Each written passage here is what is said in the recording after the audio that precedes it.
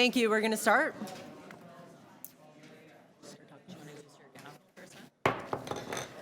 Welcome to meeting 12 of the Infrastructure and Environment Committee. Welcome to members of the committee, to other members of council in attendance, and to members of the public. For those in the room with us, the screen at the back of the room provides real-time updates concerning where we are in the agenda and what's coming up next. You can follow the agenda and debate on your computer, tablet, or smartphone at www.toronto.ca/council. In the event of an emergency, you may hear a fire alarm or announcements over the public address system. If there is an emergency, I will recess the meeting. If you need to leave this room for any reason, please use any of the doors. Exit routes from this floor are marked by green overhead signs. In the event we need to evacuate the building quickly, the nearest emergency exit is located through the doors beside the audio-visual booth and across the hall via the stairwell, which leads down to the back exit of City Hall. Today we acknowledge the land we are meeting on is the traditional territory of many nations, including the Mississaugas of the Credit, the Anishinaabe, the Chippewa, the Haudenosaunee, and the Wendat peoples, and is now home to many diverse First Nations, Inuit, and Métis peoples. We also acknowledge that Toronto is covered by Treaty 13 with the Mississaugas of the Credit. Are there any declarations of interest under the Municipal Conflict of Interest Act? Seeing none, can I have a motion to confirm the minutes of the January 9th, 2020 meeting? Councillor Layton? All those in favor? Opposed? Carries. I'll now do a rundown of the agenda. Item IE 12.1, contract award, detailed design services during construction and post-construction for the Midtown Toronto Storm Relief Project under the Basement Flooding Protection Program request for proposal, Ward 8. I'll hold it. Okay, held by Councillor Cole. Item 12.2, contract awards for tender, Ariba document 2155-284-733, and tender, Ariba document 2155-392775 for the 2020 local road resurfacing program for 147 streets across the wards that are listed there. Yeah.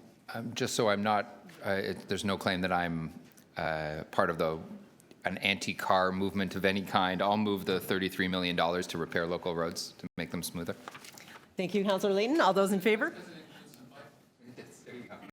All those in favor? All those opposed? Motion carries. Item 12.3, amendment to purchase order number 6041832 for contracted professional engineering services supporting solid waste management services capital projects. All wards. Item 12.3, somebody like to move it? Moved by Councillor Layton. All those in favor? All those opposed? Motion carries. Item 12.4, I will hold for debutants. Item 12.5, I will also hold for debutants, and I will be pre-circulating a motion that I will be moving on this as well if you want to look at that in advance. Item 12.6, implementation of aerial spray program for control of European gypsy moth outbreaks in Ward 2. Move it. I'll move with staff recommendations. Okay, thank you, Councillor Layton. All those in favor? Opposed? Motion carries. Item 12.7, free-floating car share program, I will hold as we have debutants. Item 12.8, cycling network plan, I will hold as we have debutants. Item 12.9, improvements at the Queensway, Queen Street West, King Street West, and Roncesvalles Avenue intersections to improve safety operations and extend bike lanes in Ward 4. We have a debutant, so I will hold that one also. Item 12.10, provision of red light camera services award for proposal and amendment to the processing center agreement. Looks like there's a revised report. I'll move the recommendations in the revised report. Okay. All those in favor? Opposed? Motion carries. Item 12.11, Metrolinx Eglinton Crosstown Light Rail Transit and Pedestrian Safety Management along Eglinton Avenue West between William R. Allen Road and Old Park Road, Ward 8 and 12, held by Councillor Cole. Item 12.12. I'll hold that. I will read the item then. Held by Councillor Cole is delays in traffic congestion projects yeah. throughout Be here for a while. Scarborough-Guildwood. Item 12.13, environmental impacts and auditing of our road salt usage. All awards, we have a deputant, so I will hold in my name. Item 12.14, right turns on red in the City of Toronto. Also have a deputant, will hold in my name. We have two walk-ons. So the first one is a walk-on by Councillor Fletcher. So would somebody like to move the item onto the agenda? Oh, yeah, good point. Sorry, thank you. Not as good as not. Updating school pickup and drop-off zones. Councillor Fletcher has identified that with the change in the bus drop-offs that the signage needs to be updated, so she's moved that onto the agenda. It moved onto the agenda by Councillor Layton, and can we move the recommendations at this time also? No, go down. I'll view it online. Okay. Posted, yeah. Okay, great. Also, a walk-on is by Deputy Mayor Denzel Min Wong, prohibiting snow clearing activity within commercial properties located 100 meters or less from residential areas between 12 and 6 a.m. So I'm assuming you would like to move that onto the agenda in your name? Okay. All those in favor? All those opposed? Motion carries.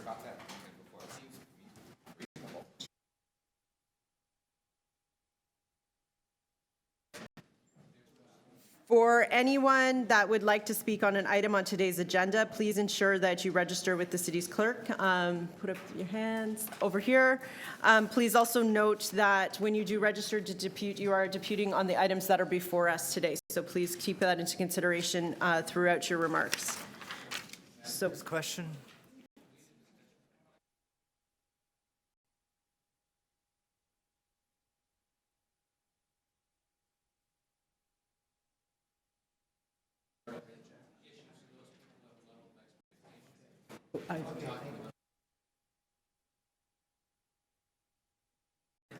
great. So Councillor Min Wong had pointed out along that lines for speaking to the items that items 12.8 in particular for the deputants. We just want to give you a heads up that we are discussing bike lanes in Ward 7, 10, 11, and 13 within the remarks. So as you give your remarks, please do keep that in mind and in scope so that you are speaking to the spirit of the reports that are before us today. So we wanted to give you that in advance of that item.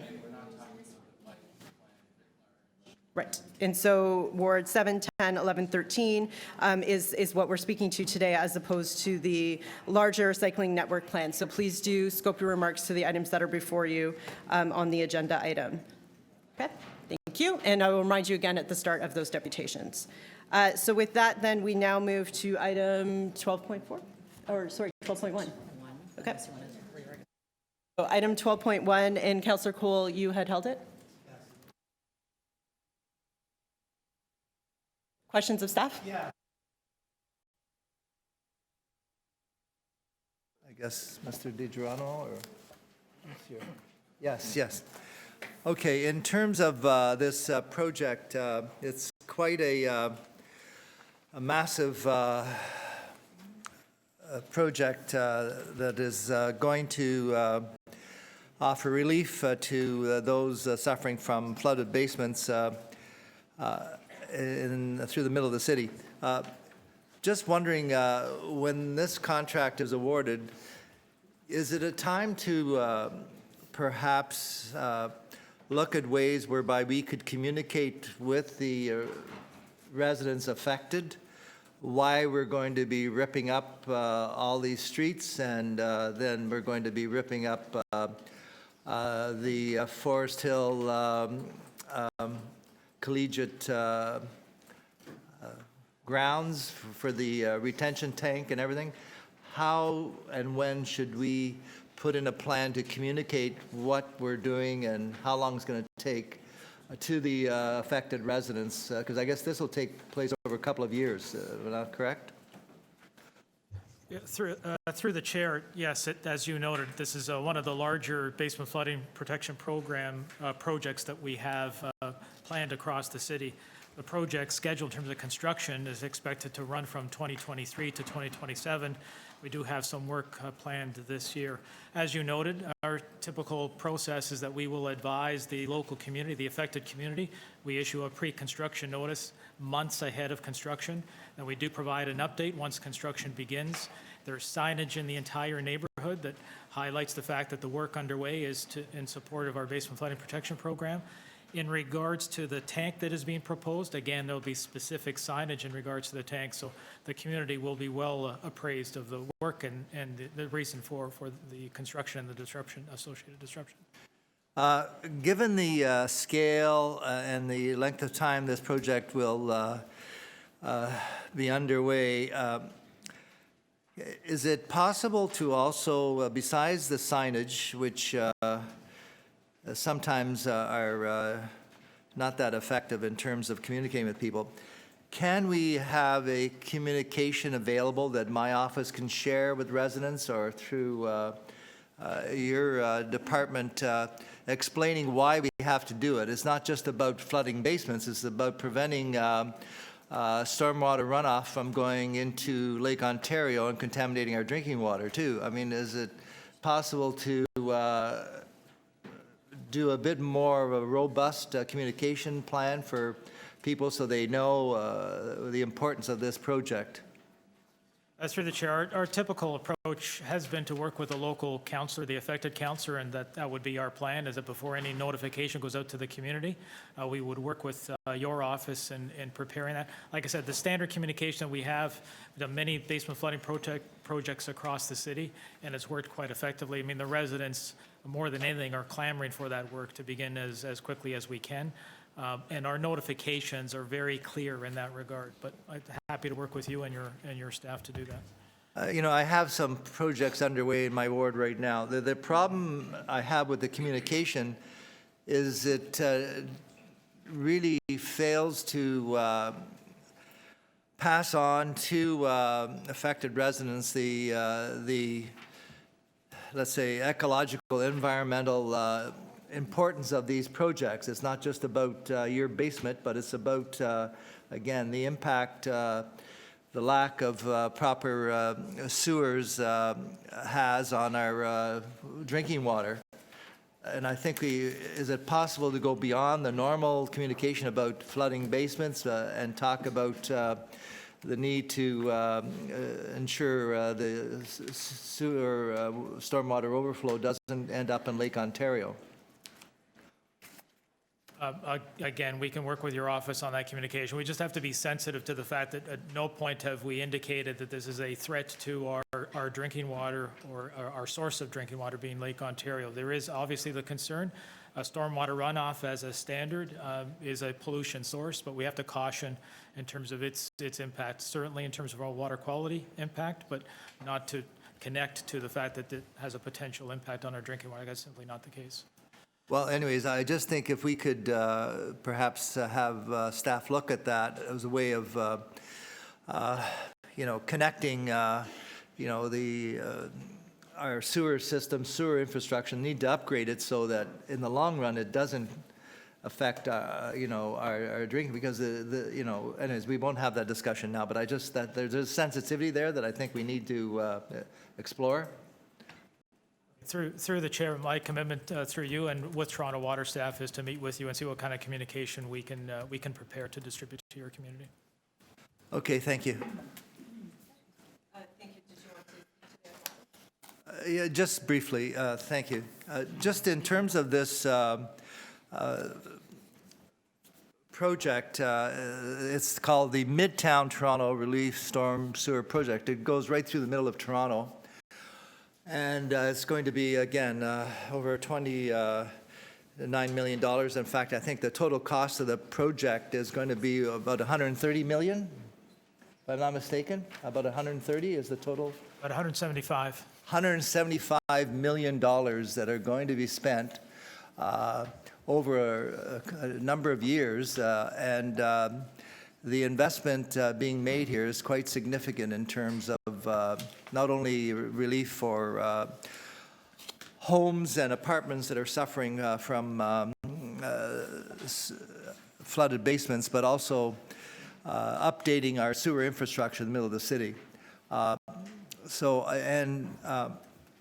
as you know, this project is quite unique in that it's a partnership between the federal government and the city government.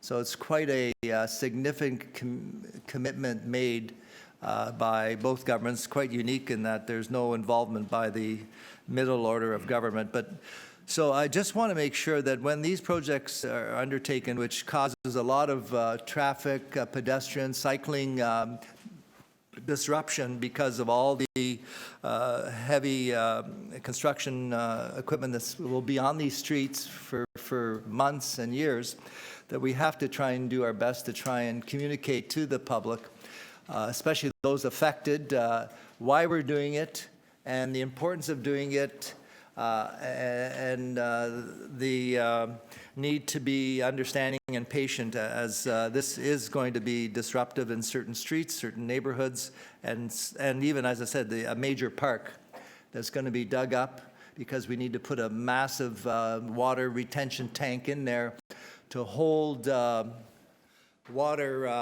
runoff during these extreme weather events. And that is the other thing that this really ties into is when we talk about, you know, there's a lot of people who talk about climate change and what we have to do about climate change, but this is a $175 million investment, as I see it, in combating extreme weather events and the impacts of climate change. So that's why I was trying to direct staff or sort of ask for staff's cooperation in getting that message across that, you know, this is the part of the city's response to the extreme weather events, which are becoming more and more frequent. You know, in past years, as Councillor Peruzza knows, when you would get a flooded basement, you know, you would bring in a plumber, you would bring in someone to maybe redo your tiles. But as you know, once you get a flooded basement now, you're talking huge impacts on people because we know flooded basements result in mold. And so you have to bring in a very sophisticated team of people that could cost you $10, $20, up to $100,000 to do a simple basement as a result of flooded basement. So it's a significant impact not only to the pocketbook of residents of Toronto when we have flooded basements, but it's a significant health impact too, because we know now that when the flooded basements occur and mold gets into the drywall, you know, whatever you have in your basement, that is a health hazard, and it is occurring more and more because, again, these extreme weather events are, you know, like nothing we've had since Hurricane Hazel. And so therefore, this type of investment deals with this reality of these extreme weather events. As Hamish Wilson says, this is climate chaos. Where's Hamish here today or not? I know he usually goes. But anyways, don't encourage Hamish. But no, but it's climate chaos. So we have to invest, and we are doing so. So I'll move approval of this item 12.1 with a hope of getting more communication out to people about why we're spending $175 million on sewer infrastructure. Thank you. Thank you. Does anybody else like to speak to the item? Okay, thank you. Councillor Cole has moved it. All those in favor? All those opposed? Item carries.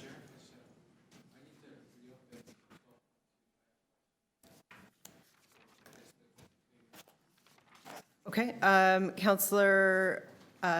Deputy Mayor Min Wong has asked to reopen 12.2. All those in favor?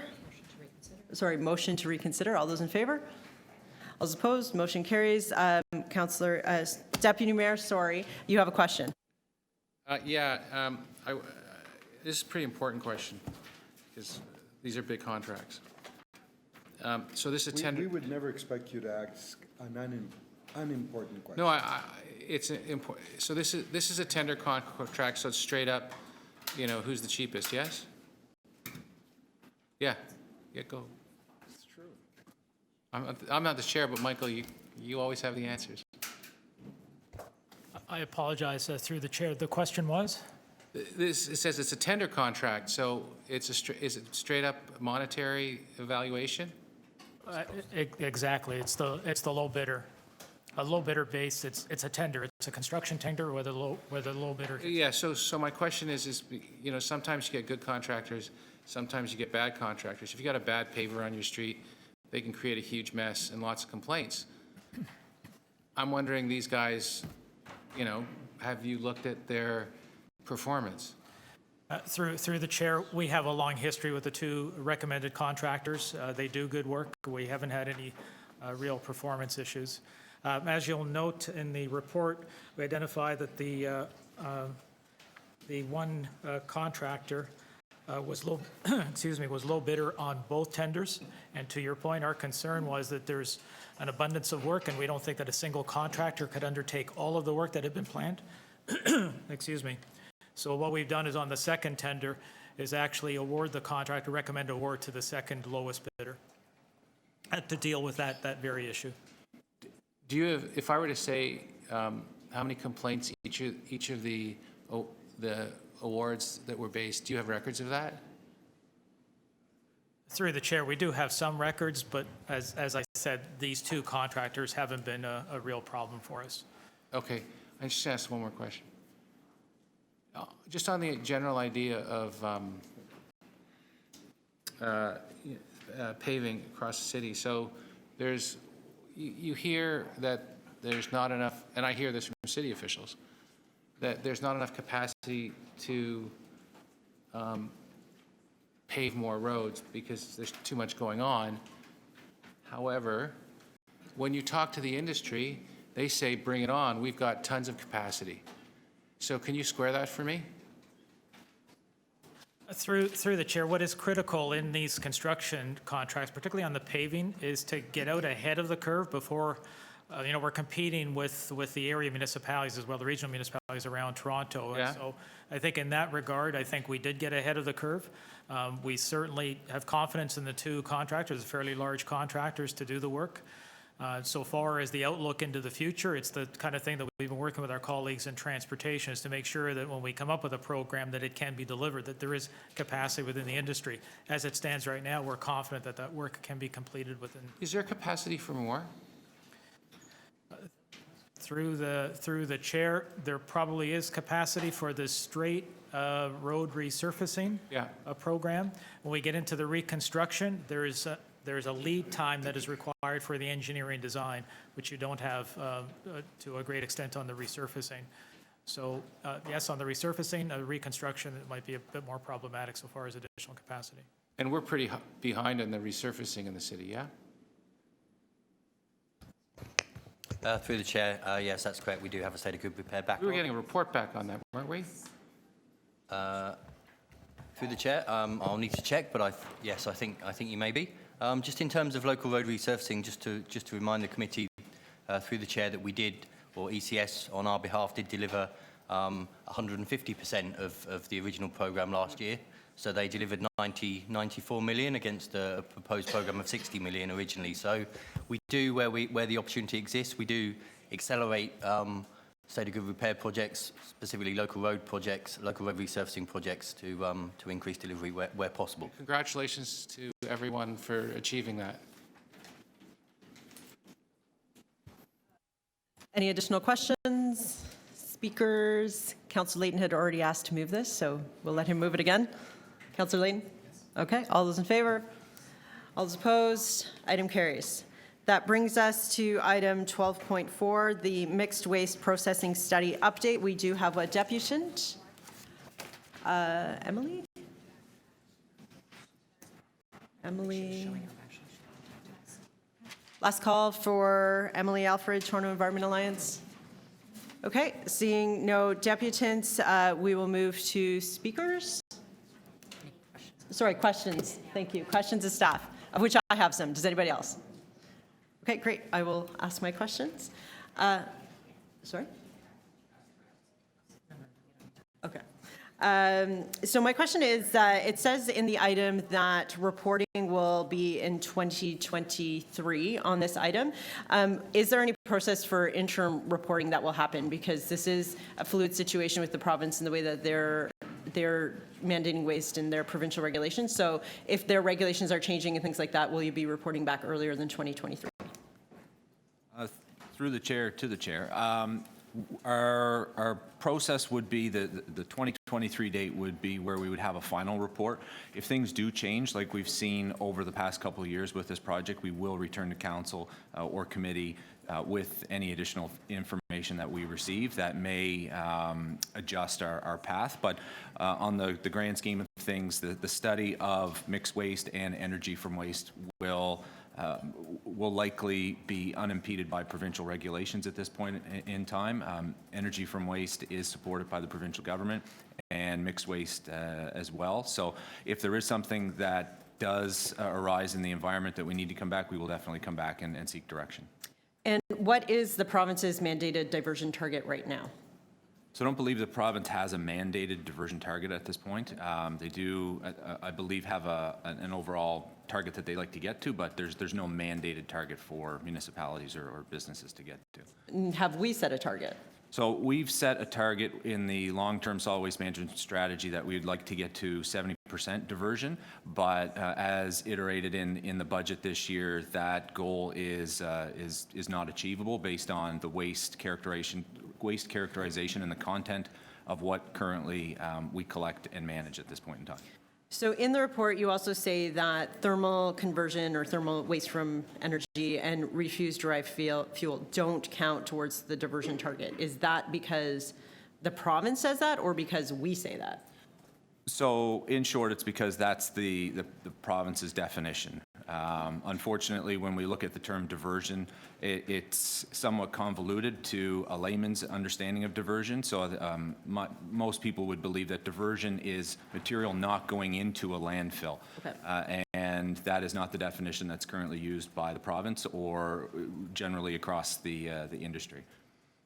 So given that those aren't counting, is our target of 70% realistic? Like, should we be reassessing that right now?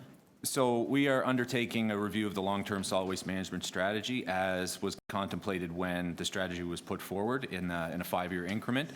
Right now, based on the characterization of the waste that we have, that 70% diversion target is not achievable. And ultimately, diversion isn't the only number we should be measuring because realistically, it's just the weight. It's the weight of the materials on either side, whether it's recycling or garbage, when we're looking now at the volume of materials, which is changing due to the weight. And so the 70% diversion target, although we may not meet it or will not meet it, it's not necessarily a bad thing because the materials are changing and we're managing them differently. So just as a quick example, the more glass that we collect and process versus plastic will drive our diversion rate up. Because it's heavier, but it doesn't necessarily save more space in a landfill if we pull it out. So those are some of the discussions that will also take place or have with councillors over the next little bit. Okay, thank you. Any additional questions? Councillor. I don't know if people were listening. You said something pretty important there. You kind of upset the apple cart, per se, on recycling. You just said we shouldn't be looking at 70% waste diversion. This is the first time I've heard that. Which I think is a big deal because a lot of us have kind of over the last 10 to 15 years settled on that idea. Now you're moving us off that idea of a not achievable. I think you said, I don't know if you said not achievable and a not important. That's not the important thing. There's something else that's more important. So my question to you is, what is the target that would have, in the alternative of 70% diversion, that we should be meeting? So through you, Chair, to the council, diversion is important. It's not the only important metric that we need to understand. So just as a quick example, if we don't produce or we don't use a ton of plastic or a ton of glass, that's good. We don't have to manage it. But if we do produce it and we do manage it, that increases our diversion rate because it's moving away from a landfill. But if we don't create it, we don't have to manage it. So our diversion rate actually goes down the less we use, and the less that we actually manage. So a declining diversion rate isn't a bad thing. What we need to understand is how much of that material is going into the landfill and what the composition of what the composition of the garbage can or the garbage bag is. So when we look at what's in that garbage bag or garbage can, if half of it is recyclable, that is not good. But the diversion target itself cannot be used by itself as a KPI for a solid waste management system. And yes, it is somewhat upsetting the conventional apple cart of diversion being the only target, but it's the truth. And with the changing environment that we have right now, with the way materials are being produced and our overall goal of waste reduction, the diversion rate is going to be reduced by the amount of material that we don't manage. Two questions. So you said a declining diversion rate is not necessarily a bad thing? Declining, so that means if our waste goes up. If it's That not, means you're producing less, is what you No, so you're through saying you, diversion- 'cause through you, Madam Chair, to the councillor, complicate. if we don't manage 1 ton of glass, that's 1 ton we don't have to process, that's 1 ton we don't have to pay for. Oh, if you don't get it. It would go into the diversion rate, but if we're not managing it, we're not paying for it. So when we're promoting, what we're promoting is reduce, reuse, then recycle. We're trying to push the first 2 R's, reduce, reuse, then recycle. So because our diversion rate may stay static or may go down, it's one of many indicators in the waste industry. Realistically, it's been that metric that's been put out there to judge a waste management system. But at the end of the day, that the purpose is to reduce the amount of materials that come into the system. And when they do come into the system, make sure that we recycle them in the most appropriate way. So then, do we have KPIs? In terms of diversion, yes, we do. And is that an internal presentation, or does that come through this committee? So we have annual reports on our diversion rate. What we're working on now through the results-based accountability approach is other performance metrics that will align and show the overall picture of our solid waste management system. So diversion is a part. The waste audit composition of what is actually in your garbage can is another component, and it has to be looked at together. Just one number can't explain how your business is actually running. So if we have KPIs, are we meeting them? So we, right now, for diversion, we are not meeting the 70% target that was put into the strategy a number of years ago. Right now, we're around. I understand that, you covered that one, but there must be other KPIs. When does your report come out that shows the KPIs and whether we're meeting them or not meeting them, in addition to the diversion number? So we have an annual report. I believe it's posted online right now with a number of key performance indicators that we have looked at for 2018 and 2019. We can definitely get you a copy of that. Does it come through here? No, it doesn't. It's posted on the web. Yeah, I'm just wondering whether, I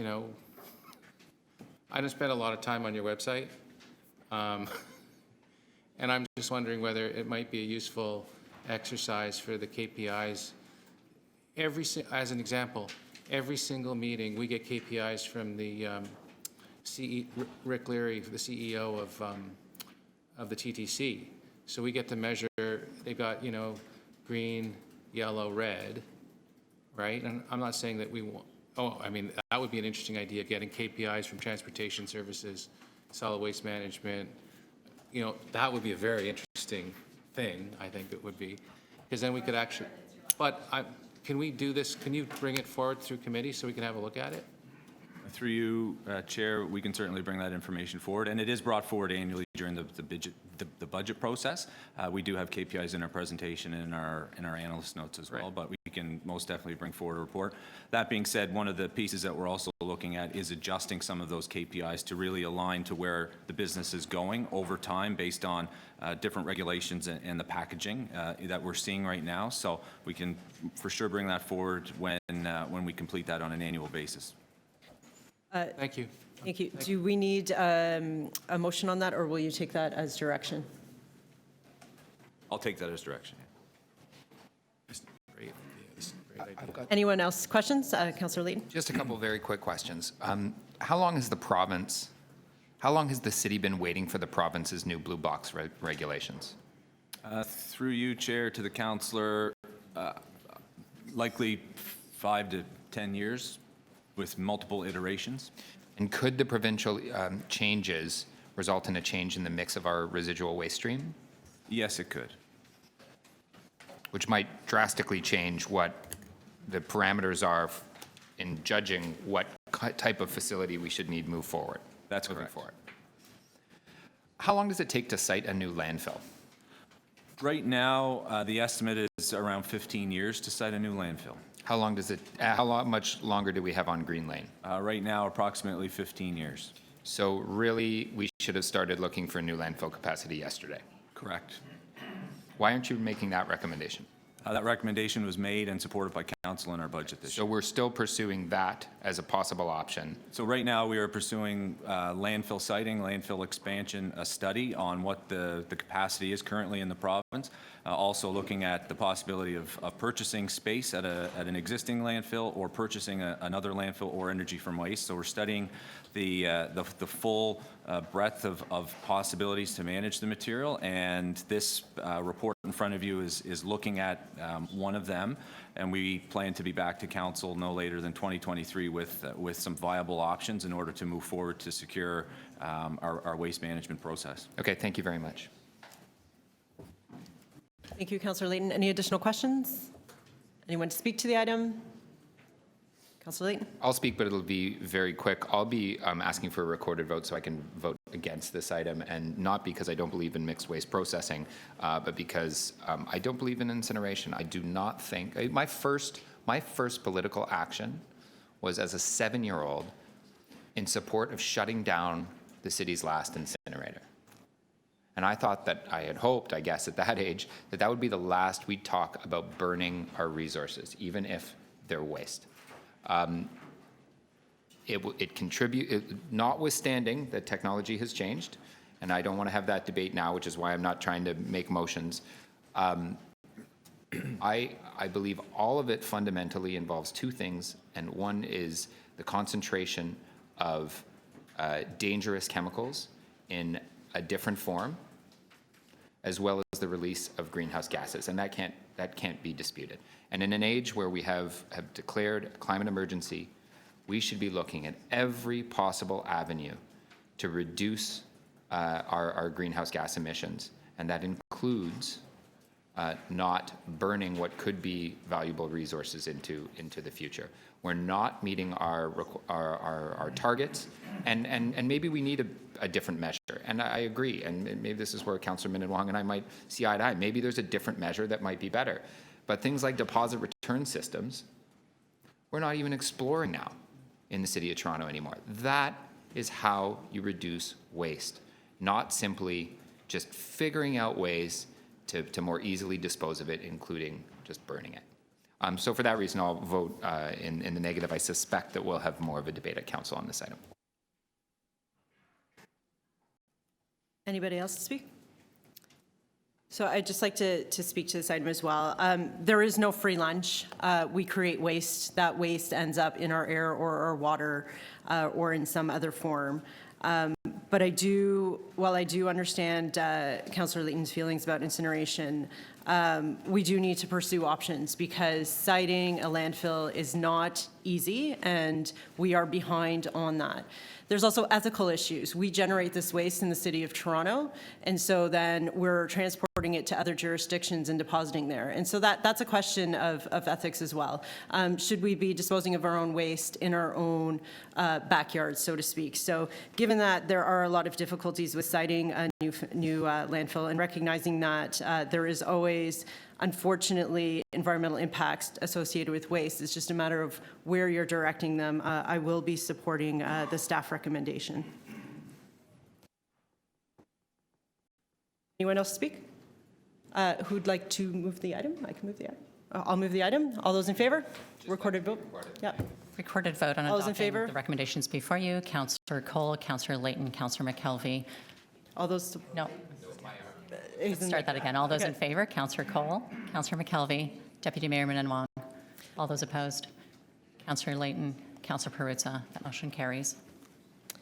Okay, that brings us to item 12.5, and we do have a deputant, Simon Langer.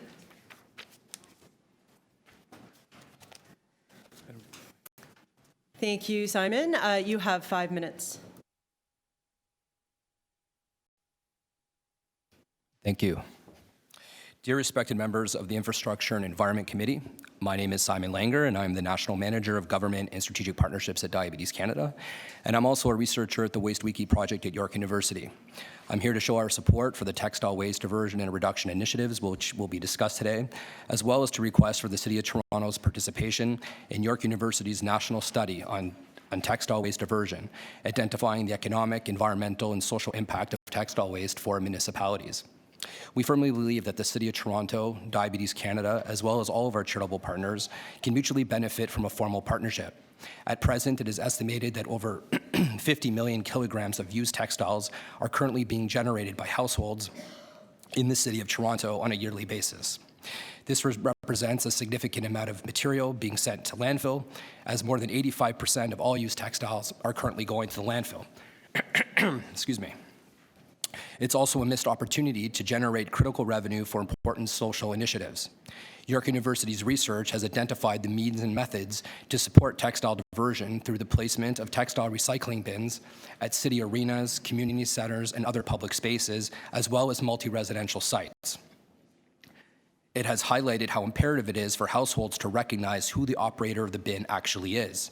Charity masqueraders, those for-profit enterprises that resell textiles under the false pretenses that they're in fact charitable organizations, actually discourage household participation, as households are unsure if they're in fact supporting legitimate 100% charitable organizations, or if the materials being collected are actually being reused and or repurposed. An important element of this is to have clothing bins with municipal branding, indicating that they are a 100% charitable partner and that the material is being managed in an environmentally responsible way. Currently, we have textile diversion programs with municipalities all across the country. These include the region of Peel, Markham, Vaughan, York Region, Niagara Region, Oshawa, Brandon, Winnipeg, Aurora, Newmarket, Stratford, King, Kamloops, among many others. We're also currently working with the City of Vancouver, who will be launching their textile diversion program later on this year. Our research and our programs are also supported by other leading organizations here in the GTA, including Partners in Project Green, the Toronto Region Conservation Authority, as well as Metrolinx. Should all of you decide to move forward and support the launch of a formal textile diversion program supporting charitable organizations in the City of Toronto, you will receive less garbage, increased diversion of the estimated 50 million kilograms of textiles currently going to our landfill every year in our city, the opportunity to showcase your commitment to this important environmental issue and research while supporting the City of Toronto's waste strategy, which calls for reuse, repurposing, and as well supporting the circular economy. Significant cost savings in diverting this material from landfill, and also reducing contamination issues that textiles cause in the Blue Bin Recycling Program. We will also be providing you diversion data from York University on a monthly basis, which also includes life cycle analysis of all the materials that are being collected, including GHG reductions. We provide a contractual service agreement, which will clearly outline our service commitment to the municipal bins that are placed in your municipality, including daily service. We provide $5 million of liability insurance for every single placement. We provide a third-party professional engineer letter indicating that all of these bins will be safe for public use. And lastly, there's zero cost to the City of Toronto for participating in this research and this program. We should also be asking ourselves, is it good enough to just keep material out of landfill? Or should we be seeking to identify ways to maximize our environmental and social outcomes as well? Our research and these programs that we've developed all across the country have proven that it is in fact possible to divert with a purpose. And the City of Toronto can play a critical role in supporting textile collectors that have a mission beyond just managing waste and look to improve the lives and well-being of all Torontonians. Leveraging 100% charitable and not-for-profit actors such as Diabetes Canada and our other charitable partners to serve as used municipal textile collectors provides us all with a rare opportunity to address all three pillars of true sustainable waste management, which includes driving social innovation.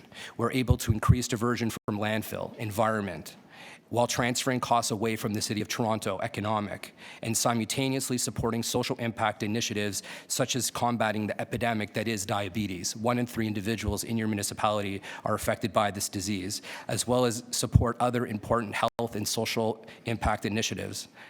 I sincerely appreciate your time today, and it'd be my absolute pleasure to answer any of your questions. Thank you, councillors. Thank you, and 4:59, well done. Questions for the Deputant? Councillor Cole.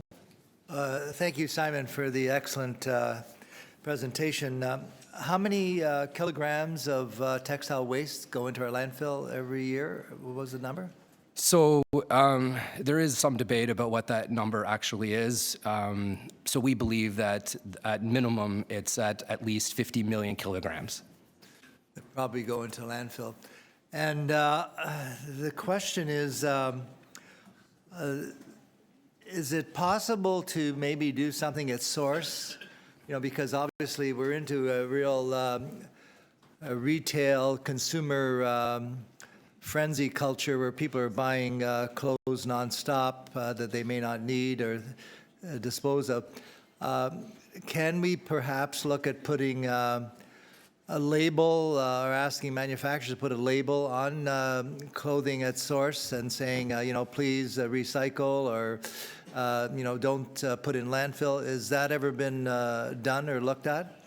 Yes, absolutely. So we were in consultations with some provincial representatives, elected officials last year, and there was a motion brought at the provincial level to implement such a program where labels would ask consumers to donate those items at the end of their life or when they're no longer required, and that's definitely something that we would promote, and we hope that moving forward that is something that we can all accomplish. I should also mention, in responding to your question, that I do agree with a point in the motion that also calls for bringing an educational component to textile diversion. You know, fast fashion is most certainly a serious problem, and we need to all work together to change our behaviors. You said fast fashion? That is correct. And what is fast fashion? So fast fashion, I would describe as inexpensive clothing that's now made among, you know, in mass quantities every single day. So in the past, there was just, you know, a few new trends that would come out on the market every year, but today, almost every single week, a new trend is launched, and as a result, you know, we're just creating a very serious environmental issue. Are there any jurisdictions that have any kind of information? You know, like every piece of clothing you buy always has a tag on it. You know, it tells you it's made out of polyester, usually made in China, polyester. Is it possible to put something on those tags on clothing that tell people, well, you know, at least don't put in your garbage or your blue box, whatever it is? Is that done anywhere? Yeah, so I mean, I think that consumer culture is changing in some ways. I think there is some positive news in that people are becoming more socially aware about their purchases, including textiles. But again, that's one of the key components of why we're asking for this formal textile diversion program, in order to create that awareness and to have consumers really consider reconsider their purchases and hopefully purchase products that will last for a longer period of time, and also reuse them as much as possible so that those materials can be maximized for their full life cycle.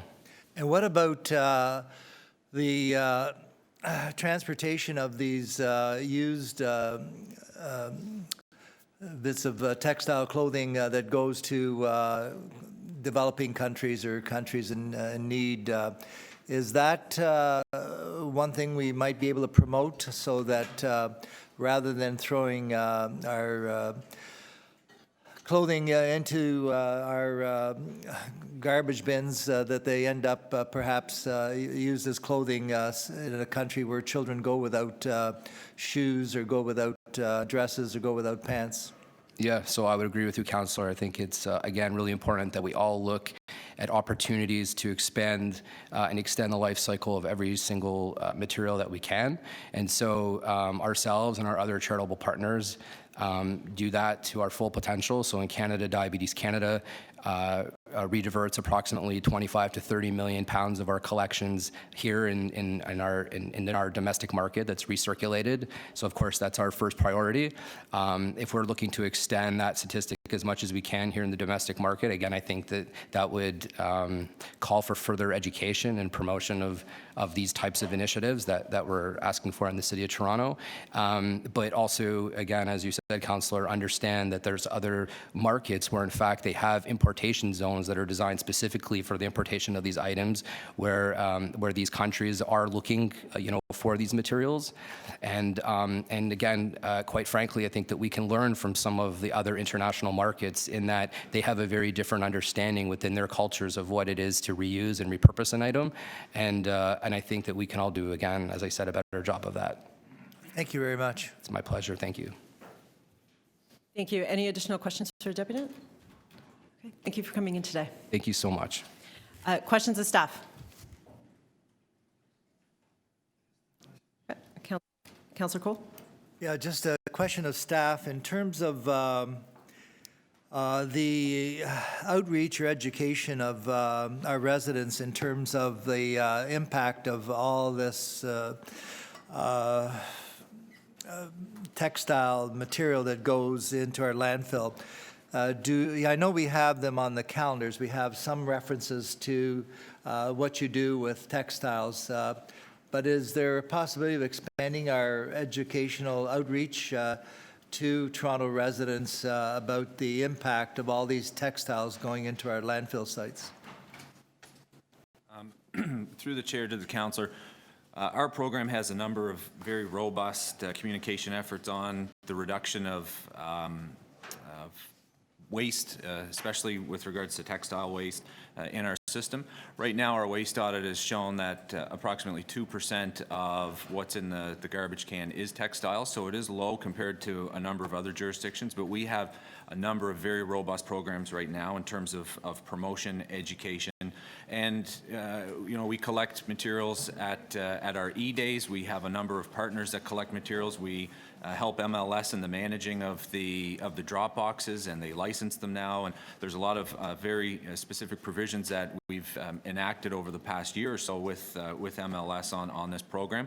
So in terms of communication, I think we have a very robust communication effort on this, but we can again go back, double check, and see if there's maybe some areas that we can tweak in terms of getting some more uptake. But based on the material that we see in our audits and based on our surveys of residents, we feel that the programs right now are fairly robust. But again, with waste, there's always room for improvement. Is there any trend in terms of the amount of textile waste that has been going into our garbage box or blue box? Do we have any data that shows whether this is trending up or down?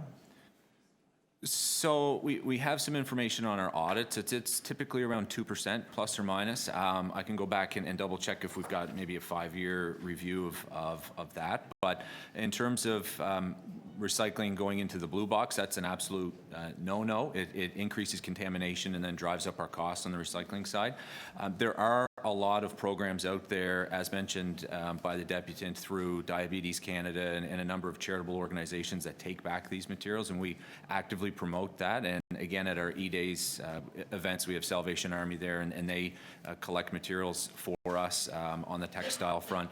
So in terms of very specific data, I'd say it's 2% is a fairly conservative figure of what goes into the garbage can right now. Is there any possibility of building a more robust partnership with Salvation Army, for example, who do such wonderful work on recycling not only textiles, but household products and electronics? Yeah. So what kind of a partnership or relationship do we have with Salvation Army, for instance? So right now, Salvation Army is at our Environment Days, and they do help collect and manage the materials that are brought in, the textile materials that are brought in by the residents. So we do have a partnership with them. One of the challenging aspects on this is that textile recycling or reuse is, even on the charitable side, it's big money. It's a business, and we need to make sure that whatever charities we partner with, they're vetted in an equal and fair manner, and we're not just picking one over another. So in terms of future partnerships, we're always open to partnerships on reducing the amount of waste that gets into our waste stream, but we need to make sure that we do it in a fair, open, and transparent manner. Okay, thank you. Any additional questions? Okay. Anybody speak to the item? Okay, I have a motion.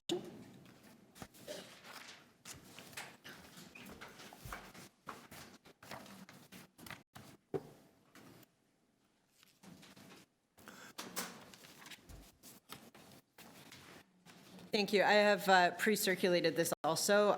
The first part really speaks to what Councillor was saying about how we can manage it more like on-site or at point of sale. And so that is that the city works to develop educational material that clothing and textile retailers in Toronto can post, promoting the opportunities to reduce potential textile waste through reduction, reuse, repair, or donation options.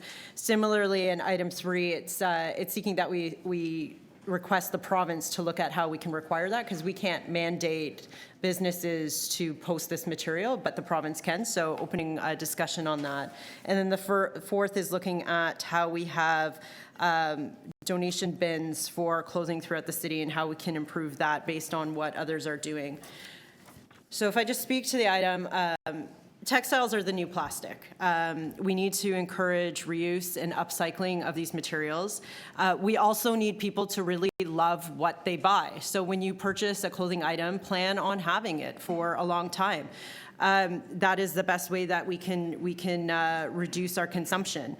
But we're always going to have textiles and clothing that we no longer need, want, or in my case, that no longer fits me. And other jurisdictions are really handling clothing donation and bins better than the City of Toronto. So I think there's a lot that we can learn from them. In the City of Toronto, we always hear complaints from people. They don't know where the clothing is going. They don't like the way the bins look. They're not happy with the management of them. So this motion really will have staff look at what other jurisdictions are doing and evaluate the feasibility of having a new city-branded clothing drop box program. And I'd like to thank city staff. So this motion was prepared with input from MLS, Energy and the Environment, as well as Solid Waste to make sure that they were looking at that kind of cross-departmental issues that happen on something like this. And there is much that we can learn. So if you look at what other cities are doing, the city of Markham, that is near us, our neighbor, has banned textile waste from curbside collection since 2017. That's a pretty bold action. They have also created city-branded collection program along with Diabetes and Salvation Army as their charitable partners. They have 147 public drop-off areas, and they have home pickup options as well that are offered by the charities in collaboration with them. Similarly, if you look at the City of Vancouver, in October 2019, they enacted a bylaw to regulate clothing donation bins on public property, and both nonprofit and for-profit organizations can apply for the clothing bin licenses. And so they've also moved to more of like a public-type program from the city. So I'm hopeful that you'll support this. It is requesting for a report back next year. And lastly, I just want to give a shout out to Councillor Robinson, who requested that the city develop a textile waste diversion program in her members' motion last year. And today's report is the basis of that motion that she put forward.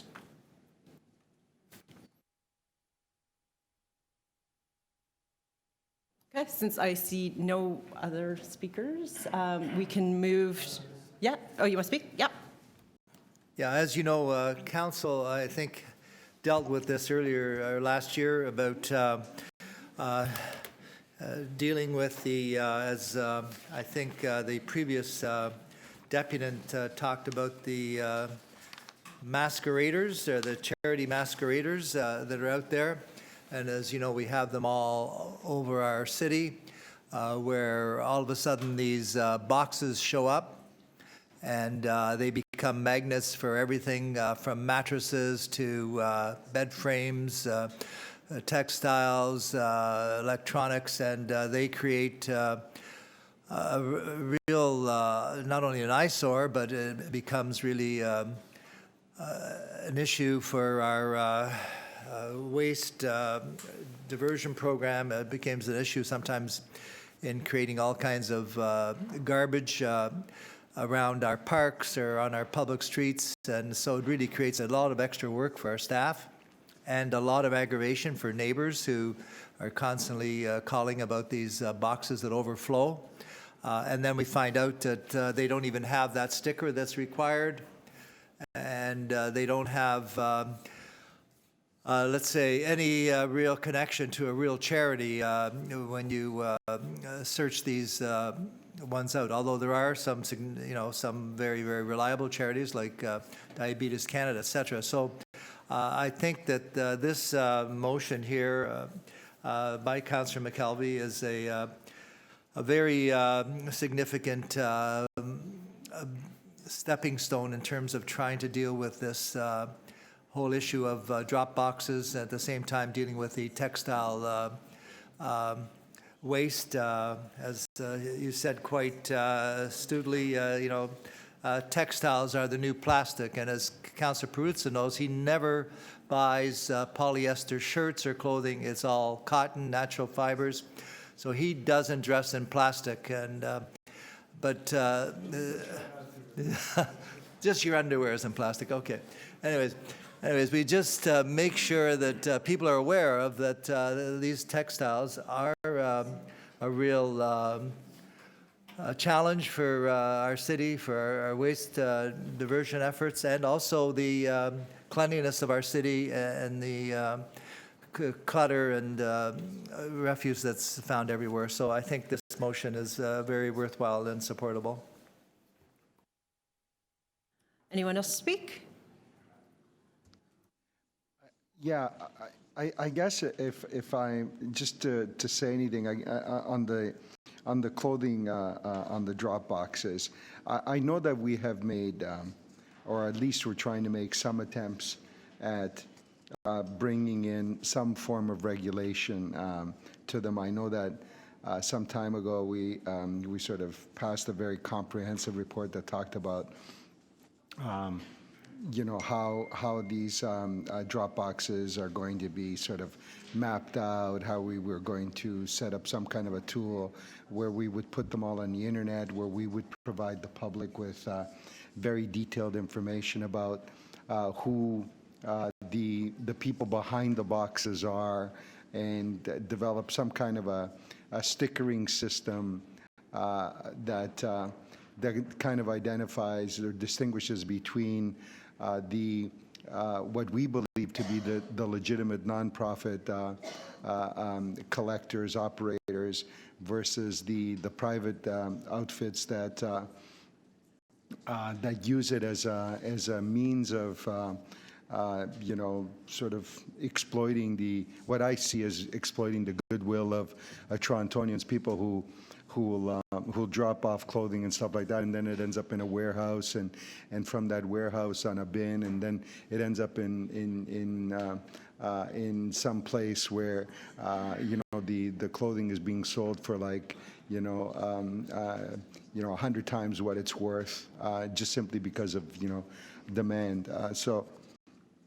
And I guess one of the things that still continues to really infuriate me is that some of these boxes are kind of like they're dropped off and they straddle the line between the public and private places. So because there isn't a line on the curb or the boulevard that says, by the way, this is public property and that's private property, and these things are left in between, and so you look at it from a public perspective and you say, it looks like it's on private property, right? And then it looks like it's on public. You want me to wrap it up, right? I'll just wrap it up by saying and following up on a comment that Councillor Colin made, and it's true that I will often ask if something is cotton or wool. And I was thoroughly depressed last summer when I happened to be on a visit to Italy and they didn't have the coronavirus then. I was in a shop asking for a pair of pants, and for wool, 100% wool pants, gabardine wool. And the shop owner said, nobody makes that anymore. You can't really find, everybody sells it and says it's like 100% wool, but it's really all mixed up with all these manufactured threads. And while we say it's 100% wool, it really isn't. So in truth, while you try, you don't know what you're getting at the end of the day. So I'll end on that note, Madam Chair. And thank you. And I don't think I had reset the clock, so I was a little lenient there, but I may have. So Actually, the clock had started well into my comments. Okay. And I probably only have but a half of that, what you see on the board there. well, thank you for your I condensed comments. I picked up on that, but I didn't want to correct you because I know you're making best efforts today, okay? And you're Thank doing you. well. Thank you. So if there's no further speakers, we can vote on the amended item. All those in favor? Item carries. That brings us to item 12.7 on the agenda. We have one deputant, Marco Viviani. Thank you for coming in. You have 5 minutes. Councillor, for having us here. I'm Marco Viviani, Vice President at Comunotò, the only participant to this free-floating car-sharing pilot project, so I just wanted to give you the opportunity, if you need to ask us some question, and take 2 minutes to present us. Comunotò is the oldest and the largest car-sharing company in Canada.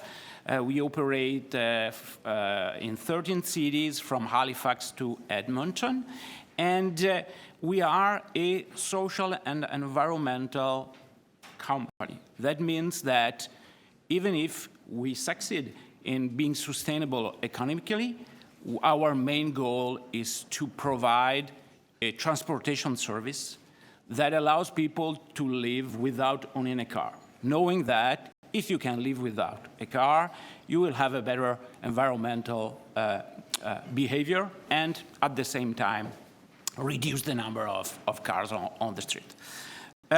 With this spirit, we started the pilot in Toronto 16 months ago. And I think that thanks to the work that we've done with the city staff, that I thanks a lot for their support, we succeed in making at least 2 demonstrations. The first, that this kind of service is acceptable and desirable for Torontonians, and at the same time that we can reach the goal for which this kind of service exists. A recent survey that we've done just at the end of last year showed us that for each car-sharing permit, free-floating car-sharing permit, we can avoid 4 residential parking permits. That's already a good success for after just one year. So, considering all this, of course, our suggestion, our demand is to approve the report and the recommendation of the staff to make permanent this pilot project. And at the same time, we consider that Toronto regulation is the stricter in Canada compared to other cities. And so there's space for improvement to make this service even more attractive for other Torontonians. Thanks a lot. Any questions for the deputants? Councillor Layton. Thank you very much. You said in your remarks that for every 1 permit that goes to one of your cars, it offsets 4 permits. How do you figure that? Well, we asked to our member user if they had a permit, if they renounced or will renounce to it thanks to Comunotò, and or if Comunotò was not there, if they would have bought one. And these are the result, saying around 2 permits has been not purchased or will not be purchased, and 2 have been avoided For every single permit? for every single permit. Now, how many users is that? How many users do you have in this? Actually, it's 6,500, So you have 6,500 users. exactly, Across- or 200 cars. Do you know how many you have in Ward 11? Sorry? Do you know how many you have in my ward? Yes, but I don't remember. by So heart. you've got 6,000, mostly of which that reside in the downtown core of the city of Toronto. Exactly, yeah. And how many people responded to the survey? Around, usually we have a response of around 500 person. So of that 500, this is where you got the number of Exactly. 4 permits. That's rather significant as a statistical number on 6,000. And how many permits do you currently have? 200. 200 permits. Okay, thank you.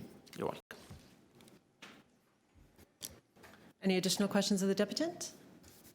Thank you for coming in today. Thanks, you. Questions of staff? Councillor Leighton? Yes, thank you very much. There are a number of claims that are made in the report around this survey, and staff can substantiate these, Through the chair, yes, we can. that it reduces vehicle ownership rates, reduces household transportation costs, reduces vehicles, kilometers traveled, reduces greenhouse gas emissions, increases walking, cycling, and transit. You're comfortable with the methodology that was used by the applicant? Yes, we are. Did you vet the survey prior to its being deployed? We discussed it with the Comunado, and we were fine with what they were proposing to circulate to their members. So this claim of 1 permit could offset as many as 4 permits is valid? Yes, it is. It's reasonable. So in areas where there are parking pressures, in fact, having Comunado or any services like this present may help the situation? Yes, most definitely. Okay, thank you very much. Any additional questions of staff? Speakers? So I've had a motion. I've asked it to be circulated. I'm not sure it's been printed yet. It's much less confusing than it looks. I had staff prepare it for me so that I got it right. Most of it is, there's a bunch of reordering that I believe happens. I'm not sure if it still happens. We'll get it circulated. If needed, we can hold this item down. I don't mind. It has been circulated? Okay. The first recommendation is what's listed as the max time limit. So in every other municipality in Canada that provide this service, Halifax, Quebec City, Montreal, Calgary, Edmonton, and Vancouver, the maximum amount of time a vehicle can sit in one spot is 72 hours. Toronto's is 48. What I'm proposing, and this is only in permitted areas, so if you don't have permit parking in your neighborhood and it's not covered by the pilot, none of this would impact you. The first proposal, it's actually motions 1 and 2, would essentially move that 48 to 72 hours, allowing for a vehicle to sit the same amount of time it does in every other major municipality in Canada with a program like this. The third changes the third and fourth change the definition, third, fourth, and fifth. Change the definition of clustering. Right now, we have a clustering policy saying no more than 1 car can be on 1 residential street. Regardless of how long that street is, no more than 1 car can exist on that block, or the trip can end on that block. There are no other municipalities in Canada that use this. In Halifax, there's no clustering policy. In Quebec City, none. Montreal, none. Edmonton, none. Vancouver, none. Calgary has one, but I can't really understand it, so I'm not going to try to. But it's definitely more than 1. So when you look at this policy, it seems to be that, and further to that, we have allowed in the bylaw for up to 4 car share companies to use roaming permits in the city. That means we could have a maximum of 4 cars per street. My motion says change the 1 car per company to 2 cars per company, but if more than 2 companies come into the space, that a report comes back to council, actually to this committee, I believe is the original recommendation, a report comes back to make a recommendation on how to proceed. So essentially, the same maximum number of cars would be on the street by changing the clustering policy from 1 to 2. Recommendation 6 strengthens the language around what we are asking the TPA to do to explore business arrangements with car share companies in their lots and puts a date for them to, in fact, have explored these. You'll know that car sharing services like AutoShare and Zipcar used to have arrangements, and some, they may still in some lots, with the TPA, but Car2Go was at one point, depending on who you ask, pushed out or priced out of the lots, that it's worthwhile for us to explore the use of these lots for this purpose and traditional car share purposes, which is the intent of the motion. Recommendation 7, many years ago we made, every time we do zoning approvals for tall buildings in the city of Toronto, for the most part, those downtown go under the parking standard by offsetting the number of spots, or a number of spots, typically 5 to 1, or in that range, to car share spots. But believe it or not, nobody checks. Nobody goes to make sure that there is a car share spot there that saved the developer hundreds of thousands of dollars, and in many cases, millions and millions of dollars, because it's multiple spots. We asked years ago for a report on how many buildings are actually meeting their zoning bylaw, but there's no one that even checks.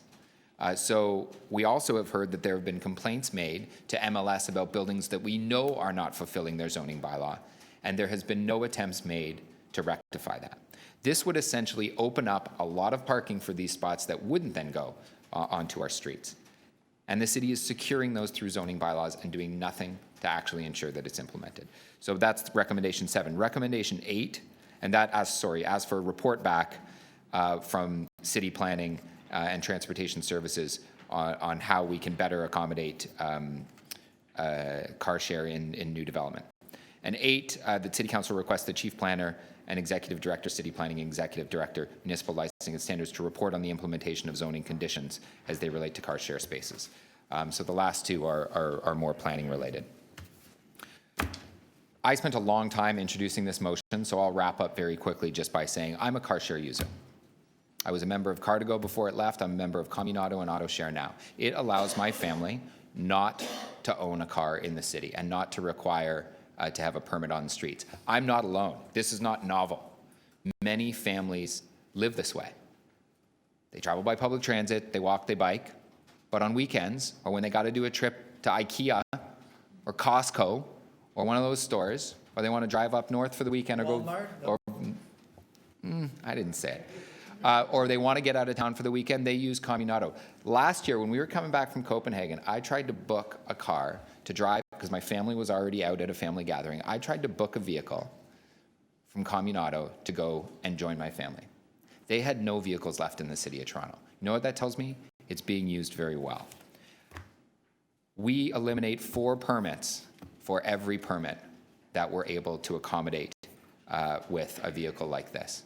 That is not just the proponent of this. This is also our city staff confirming it. So I'd urge you to let us loosen the regulations slightly as we implement this to its full extent. Thank you. Thank you, Councillor Layton. Anybody to speak to the item? Councillor Pruzza. Questions? You have a question of the mover. Okay. As a user, I've never used it. I've got my own, right? So, how much does it cost? To use the service? Yeah. So you pay an annual fee. It's on a ranging scale, and then depending on how long you use the car, you either pay per minute, per hour, or per day. They give you a certain amount of kilometers for free, but then you have to pay for additional kilometers on top of that. Now the interesting thing is, I don't pay anything else. I don't pay insurance, and I don't pay for gas. It's covered in the minute by minute cost of the vehicle. So what would it cost you to use a car for a couple of hours? For a couple of hours, $20-30. For a couple of days, a couple $100, but it's easily comparable to the price of a rental car. It's just way more convenient. And now it sounds like I'm trying to sell it, and I'm not. There's more than one company that does it, and I don't really care which company that people use. I'm a member of two because they're used for different purposes. I will say, add one thing on the cost, that the permit cost for a permit in the city of Toronto is $1,500 for Communauto. In the city of Halifax, it's $40. For the city of Vancouver, $77. City of Montreal, $726. It's a lot more expensive here. Now, we do allow for residential permits for the vehicles to be parked in areas that are also metered with residential permits, so side streets that are metered. But it's a big cost that adds cost to my trip.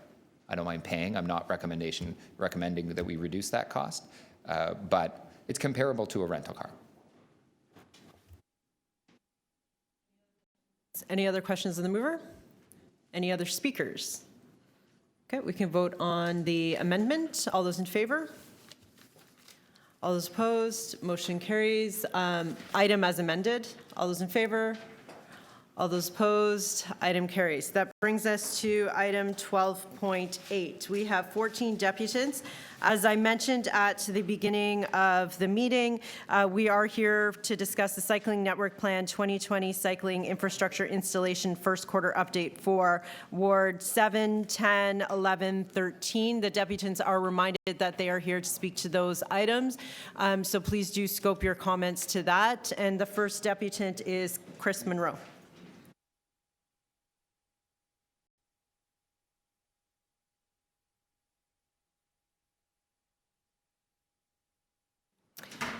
Thank you, Mr. Monroe. You have 5 minutes. Good morning, members of the Infrastructure and Environment Committee. Thank you for allowing us a bit of time to speak. We'd like to speak about the contraflow bike lane as it pertains to Ulster Street between Borden Avenue and Brunswick. My name is Chris Monroe. I am a professor at Ryerson University. I'm a registered social worker. I run a veterans program, and I am a member of the veteran population. I'm telling you this because I want you to know that what I'm about to read is not in my best interest. It is in the best interest of our community. The people on our street, we care about climate change, and we, for the most part, bike. We applaud your efforts to expand the city's cycling network and build a safe cycling infrastructure. We all want to help our city move forward towards significant reductions in greenhouse gas emissions, and the concerns we express are specific to your plan to install a contraflow bike lane on Ulster between Borden and Brunswick. We are a diverse neighborhood. In the 2016 census, it shows that our street is comprised of owners and renters, first-generation immigrants, young families with children, seniors, students, the affluent, and cash-strapped. So as you can see, our block boasts a diverse population where we welcome the local food bank at the at the corner of College and Borden, the housing for men facing diverse challenges at Borden and Vangada, and all the kids who run and play in Margaret Fairley Park. Therefore, please don't characterize our safety concerns as an objection to inclusive neighborhoods supporting a full range of urban initiatives. As I've said, we sent in a petition with 100% of the homeowners and renters on our street that strongly oppose the contraflow bike lane because it will be extremely unsafe for our children. We have all witnessed this. We are on the street. We see how busy that park is. Our street is only 24 feet wide. With the proposed westbound contraflow bike lane in place, located immediately south of the parked cars, the eastbound traveling motor vehicles will be pushed up hard against the curb right beside the park. Children coming and going in and out of the park will be inches away from those vehicles and risk serious injury. We received an email from Senior Public Consultation Coordinator Jason Deisman. In Mr. Deisman's email to the Ulster representatives yesterday afternoon at 4:10, he speaks to this point by saying that the reduced lane widths demonstrate reduced vehicle speeds, so children will be inches away from cars traveling at reduced speeds instead. Reduced speeds, though, through thinner lanes or a raised intersection at Ulster Street and Borden does not change the fact that the likelihood of children coming in contact with moving cars is greatly increased by the contraflow lane. There is no laneway on the south side of Ulster. There is only one parking spot for those experiencing disabilities, and it almost is always occupied. Therefore, drivers will be, inevitably they will actually climb the curb as they do now, further restricting. And this would be on the south side of the street. Almost all the children going to and from Margaret Fairley Park walk on the south sidewalk. That's where the entrance of the park is. Mr. Deisman's email response speaks only to the reduced convenience of loading and unloading. The trade-off, and I quote, is accepted for the sake of safety of your community members when cycling. Well, what about our children? He did not address our concerns about the very high likelihood of cars climbing onto the south sidewalk. Despite better markings, no parking on clearance areas, instead he stressed the safety of the cyclists. In order to parallel park a vehicle or pull out of a parking space, we will have to not only move into the bike lane, we'll have to cross the bike lane. This scenario invites cyclists to go around the car, pushing them further out into the street, which then puts them in a head-on collision with other traffic. When a parked car is trying to move out, it cannot see cyclists, i.e. if you have two cars or a truck, and we have many trucks and SUVs. Okay, the sight lines are problematic. The Shaw and Denison examples are long streets. When you're getting into your car, you can actually see cyclists down the street. Thank you. Thank you. Thank you for your deputation. Any questions of the deputant? Okay, thank you, Mr. Monroe. Thank you. Our next deputant is Abraham Blank. I'd like to thank the Thank you. You have 5 minutes. I'd like to thank the last deputant. I totally agree with him on everything. I live on Borden Street at number 90. I've been there for the last 37 years and in the neighborhood for the last 50. Got to put on my glasses. So, I don't know. Anyways, I'm 73 years old, so please take me serious as my wife tells me I'm taking a risk coming down to speak to you because of the virus. Anyways, the main problem with the contraflow is on Borden Street is it duplicates exactly what's happening on Brunswick. So it causes, like more problems on Borden than Brunswick. It basically doesn't allow residents to stop, load and unload in the bike lane, which can turn, it stops the resident. I mean, it doesn't allow the resident the right to do that, which they could easily do now at the moment. I have an accessible parking permit, and I've received contrary information whether I have a personal right to stop in the bike lane or not. So I checked the bylaw. Basically, city staff told me I couldn't stop there. I checked the bylaw, and it says you can load and unload a person with a disability while actively engaged in doing so. Most of the time, I need to stop on that side of the street is to unload groceries, and it's quite a bit. It will take me personally. It takes me anywhere from 3 to 5 minutes. So I risk getting a ticket, for the cost of $450. I can even be towed, according to the bylaw. Anyways, like I said, the contraflow lane on Borden Street actually duplicates what's happening on Brunswick. I've written a letter to the committee. It's a one-pager. I'm hoping people read it. I'm not that sure. But basically, my recommendation is to allow the bike lane to go north one way up Borden Street along with the cars where it doesn't inhibit us from pulling over to the side to unload or load. That's the natural tendency. And people who are going southbound on Brunswick generally mostly would continue going southward. They don't need to cut over on Ulster, like the last deputant said, and then go down Borden and give us all these difficulties. So that's the natural tendency. Anyways, my first recommendation, which is is to just do the bike lane going up the street. What do you call it? Is what I would recommend. The two other ones that I got there, basically, I think would require a traffic study of Borden, and Ulster. Where the problem we have there is that a lot of people cut. Borden Street has a lot of non-local traffic of people coming up when the light turns green. In a caravan, sometimes as many as 5, 6 cars, generally always 2 during rush hour, to get over to Bathurst Street.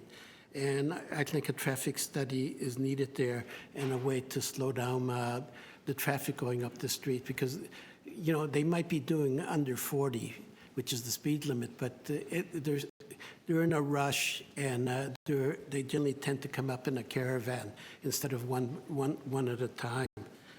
Anyways, thank you, and I managed to say it all in my time. Thank you for your deputation. Are there questions for the deputant? Thank you. Okay. Next deputant is Anne Fleming.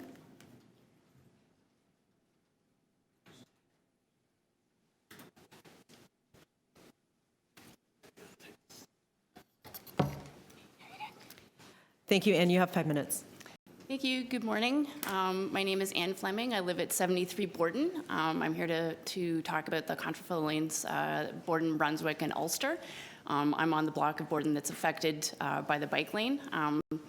I use all forms of transit in the city, walking, cycling, TTC, and car, but I'm mostly a cyclist. In the big picture of things, it's really, as you know, important to have non-arterial routes for cyclists to get through the city. The Brunswick route, currently proposed from Lowther down to College, will hook up with routes north and south of that, allowing people to travel safely on routes that aren't Bathurst and Spadina. This is really important, not just for people like me who are experienced cyclists, but for children, families, emerging cyclists, and so on. A lot of people don't cycle right now because they don't feel it's safe. Having a through route is really critical. The problem is that we have a traffic maze in a number of the neighborhoods, so we have alternating one-way streets, which to have a direct cycle route requires contraflow lanes. How do we pick these contraflow lanes? One of the issues is where the streets cross at traffic lights. These are the safest places to cross. I probably don't need to pitch the case for contraflow lanes, but in my neighborhood specifically, it's created a number of issues. Brunswick has most of the traffic signals going north and south, so having contraflow lanes down Brunswick makes sense until you get to College Street. Trying to cross College at Brunswick is a problem because there's no light there. The light's at Borden. So how do you get the bikes from Brunswick over to Borden so they can cross College safely? And that seems to be the nub of the matter in my neighborhood. One of the nubs. So Ulster is proposed right now for the east-west. Yes, that it is very narrow. I'm not sure that the danger that's proposed is necessarily realistic. My particular proposal for that one would be if you maybe don't have a painted line, but indicate the bikes can go both ways. So there's a little bit more flexibility with people going back and forth. In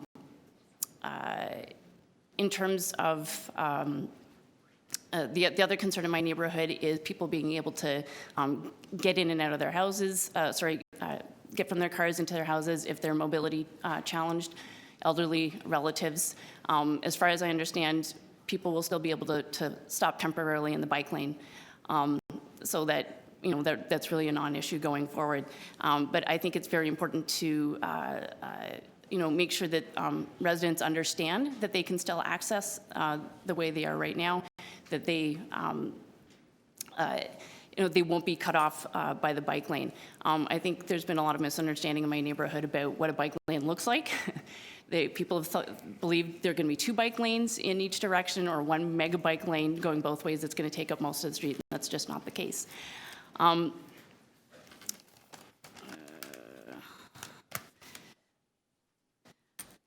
Let's see.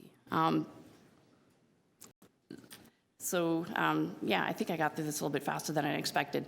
The contraflow lane is critical in our neighborhood to connect, make meaningful connections throughout the city. And I'm confident that with experience, once it goes in, people will see how it works, that everyone will be able to move safely. I understand there's been consultation to make sure that pedestrian crossings are safer, and that with education, we can make sure that people will be able to access their houses safely. All right, thank you. Thank you for your deputation. Is there questions of the deputant? Okay, thank you. Our next speaker is Arthur Klimowitz.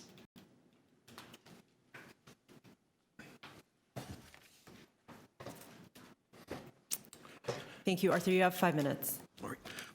Hello, members of the Infrastructure Environment Committee, and thank you for the chance for me to tell you my position as a ward cycling advocate on Shooter, Sumac, and Lower River Street.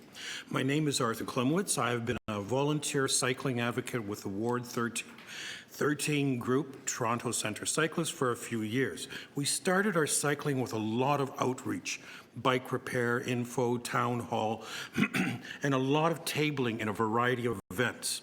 Add to this a very active presence on social media. The one street that came up the most was Shooter Street. The message was overwhelmingly clear. People hated riding Shooter Street. We tried to engage people in every way we could, and sorry if this sounds a bit comic, but we heard from people cycling, walking, shoveling snow, driving, waiting to cross the street, from crossing guard, from a woman pushing a baby carriage, from those living and visiting in the neighborhood. Virtually everyone wanted a complete street.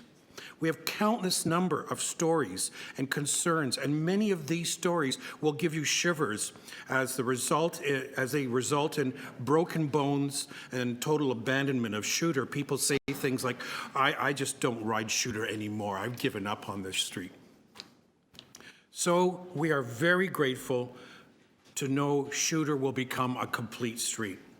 This neighborhood is that ward part of Regent Park. The neighborhood is starting to have a grid of protected bike lanes. Shooter bike path will connect to Sherbourne and River bike paths, and now Sumac. River will connect with Lower River, which will connect to West Donlands. And in the near future, St. Lawrence via, a Shooter Berkeley connection. There are other local connections planned. Finally, safety and convenience is coming to Ward 13 for the cyclists in ways we have never seen before. We will have 4 neighborhoods with safe passage for cycling from and to each other and beyond. I wish this much for all of Toronto. Can I just take a quick opportunity, and all I want to say is there's one more street that really is needed in this whole mix, and that's Dundas. Dundas has got to be fixed. It's become a second route for people that can't take Shooter, and what a mess that street is. And other parts of Dundas has resulted in deaths and wreckages like you would not believe. It's a horrible street, and yet it's a real through street. So in the future, please consider that. All right, these complete streets will have strong support from everyone in Ward 13 and our neighbors. As they say, the devil is in the details, and with the opportunity to speak to city staff members, as we are assured that every difficulty will be addressed appropriately. The city staff have been really open and very conversant with us. It's just been great. So thank you for listening. Thank you for your hard work, and please approve all upgrades to these streets. Thank you. Thank you. Are there questions of the deputant? Thank you for coming in. Our next speaker is Donna Patterson with Toronto Centre Cyclists. Thank you. Donna, you have 5 minutes. Thank you. Good morning, members of the committee. Thank you for the opportunity to speak today. My name is Donna Patterson, and I'm one of the co-chairs of Toronto Centre Cyclists in Ward 13 with Arthur. For me, protected cycling infrastructure is all about safety. Riding a bike is great exercise, faster, cheaper, and more reliable than any other mode of transportation. But when I ask people why they don't ride bikes in Toronto, they almost always tell me that it's because they don't feel safe. This is especially true of women, seniors, and parents with children. This is why I support the proposed cycling infrastructure improvements today. Sumac, Shooter, and Lower River are connector streets for cyclists in my own Ward 13 and connectors to cyclists in other parts of the city also. River Street connects to Dundas Street in the east, then to Shooter, to Sherbourne, to Richmond and Adelaide, and Queens Quay. Sumac and River connect to the West Donlands and the Don Valley Trail. Having a contraflow lane on Sumac will allow cyclists to continue north from the Don Valley Trail and the West Donlands. It's important for Lower River to be a cycle track with more protection. Too many car drivers routinely stop in the bike lane on River, just south of King, run into Tim Hortons and force cyclists to swerve into the car traffic lane, making it dangerous for cyclists and car drivers too. Shooter Street has needed resurfacing and more protection for many years. It's currently full of potholes and is dangerous for all road users, pedestrians, people riding bikes, and car drivers too. Approving a cycle track for Shooter and a complete street will fix the potholes for everyone, improve the sidewalks for pedestrians, and include a protected cycle track for cyclists. I'd like to talk to you about Jennifer, who's a resident of Ward 13. She's a single mother of Sosie, who's 6.5. She lives in the West Donlands, and Sosie goes to Nelson Mandela Park Public School and the Nelson Mandela Child Care Center. Their primary transportation choice is cycling. Jennifer rides every day with her son on her white bike from West Donlands to the school. Jennifer told me that she chooses to cycle in spite of the fact that she and her son don't feel safe. She has specific safety concerns about Shooter now. Construction vehicles stopping and parking in the bike lane on Shooter, parents of students at the school and the child care center stopping and parking in the bike lane on the north side of Shooter, often obstructing the school bus loading area, forcing all cyclists into live traffic, creating extremely unsafe and dangerous road conditions for all road users. The crosswalk at Shooter and Sumac is very busy and really should be a traffic light. And she also has concerns about Shooter and River, where the cyclists need to move to the left lane to allow car drivers to turn right. Jennifer and Sosie went to the public consultation on Shooter Street, and Jennifer talked to city staff about her concerns about safety on Shooter. She's very excited about the proposed changes that have been proposed for Shooter Street. She knows that it will improve safety for herself and for her son. If Toronto is truly serious about Vision Zero, we must approve these cycling improvements proposed today.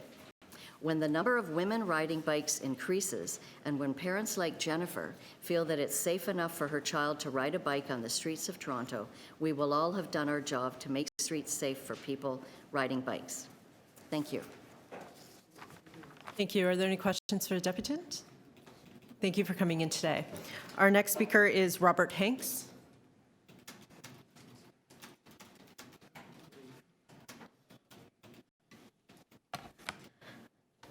Thank you. You have 5 minutes. Thanks. Thank you. I redrafted my presentation from general principles to specific points at your request, so it might be a little disorganized. My name's Robert Hanks. I have lived on Brunswick Avenue for almost 16 years. If the counterflow bike lanes are approved, they will go right past my front door, and I think that's great. And I also think it's necessary. And I know many, many other people on my block and on my street who feel the same way, but who couldn't come here today. I have a 13-year-old son who wants that bike lane, but he's too shy to depose in front of this committee. On Monday, my wife and I cycled down the proposed route to Kensington Market, and then from there to the Martin Goodman Trail, which we will do more often if the bike lane is proposed.